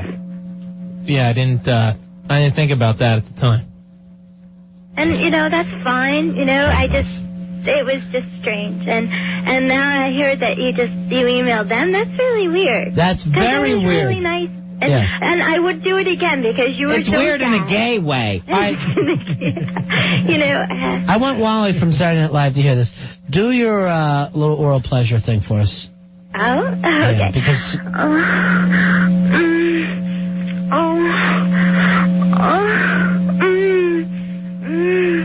And that's her giving oral. That's how she sounds. Like, don't you like a woman who acts like oral is pleasing to her? That's the perfect woman of all time. This is the new generation that's coming up. The 16 and 17, 18-year-olds that really, truly enjoy it. And God, I wish I was, 15 years younger. What are you kidding? You're fine now. You got a car. You're right. You got a car and you're buying beer. All right, Al, what is wrong with you? Well, that does sound strange when it's put that way, but I was concerned that I had said bad things about their girlfriend, so I emailed them. I didn't imagine that I said anything bad about Melissa. Did you email gay Randy, the guy that you made out with? No. Immediately. Because you called him boring. You say he kisses boring. Yeah. I'm not drunk now. I still say he's boring. Now, compared to the other guys you've kissed? Melissa, remember what he said when he kissed Randy? Oh, he's like, this is a nice kiss. Right. I'll never forget So why get mad at us later, Al, when you enjoyed it? An hour and a half later is when equipment started getting destroyed. And that was only because I took the microphone away from him. That's the only thing that made him mad. All right, hold on here. Melissa, can you hold on, too? Because it's Gay Randy on the other line. Oh, jeez. Hey, Gay Randy. Ron and Fez. Yeah. How's it going, guys? Hey, we haven't seen you since that fateful night. Oh, which one? The so many since then and now. Right, but the night Al broke up the foosball table. You know what? I have never been so both terrified and turned on at the same time in my life. That's what you're looking for. The butch guy who breaks things up. It was kind of hot. But you know what? I want to publicly apologize to Al because... For not doing more? What? For not doing more? No, I do kind of feel bad. For not giving a reach around? But it was hot, don't you think so? Is that girl still on? Yeah, Melissa's still there. Hey, Melissa, what'd you think of it? Oh, my gosh, that was so sexy. Because both of you are so grossed out. That was numb. That was good. When are you going to have Randy back in, Al? You know, honestly, I didn't want to come back in. I wanted to, the day of, it was that Friday. Right. And then Tuesday, all hell broke loose. So Sure. I didn't officially, this is the first time that I've gotten through to say, Right. it was kind of a messed up situation. And would you apologize to Randy, Al? No, I will not apologize to Randy. When are you going to have Randy back in your mouth? I'm not having him back in. And you realize, Al, that you insulted me, too. Calling a gay man boring is the worst thing you could call him. That's true. Why don't you just yell he's too overly am fabulous. I'm not boring. I know. After that kiss, Al ran around the studio like Joanne Worley. No, but you know what? I kind of feel bad, but I think I want to publicly say that, Al, I don't think you're gay. I really think you are straight. Or you know what? No, I just kind of proves what we've been saying before, which is you may be asexual. I think you're asexual. Yeah. I mean, Richard Simmons is asexual. A lot of famous people are. Yeah, so be famous. Yeah. B. Arthur is asexual. You're androgynous. The Pope? No, he's definitely... I mean, I think he is. I'm heterosexual. All right, then why don't you... But wait, no. Why not be turned on by a sweet Melissa, this very hot chick? That's just it. Heterosexuality implies that you're hooking up with girls. Right. Not emailing hefty mailmen named Pantera. All right, thanks, Randy. You're welcome, guys, and I'm going to see you tomorrow at the bar thing. Okay, Al will be there. Okay. Woohoo! Where's that nice Al? All right, hold on for a second, okay, sweet Melissa? Okay. We're going to work out tomorrow night with you. We got to take a break. Yeah, we're late. We'll be right back.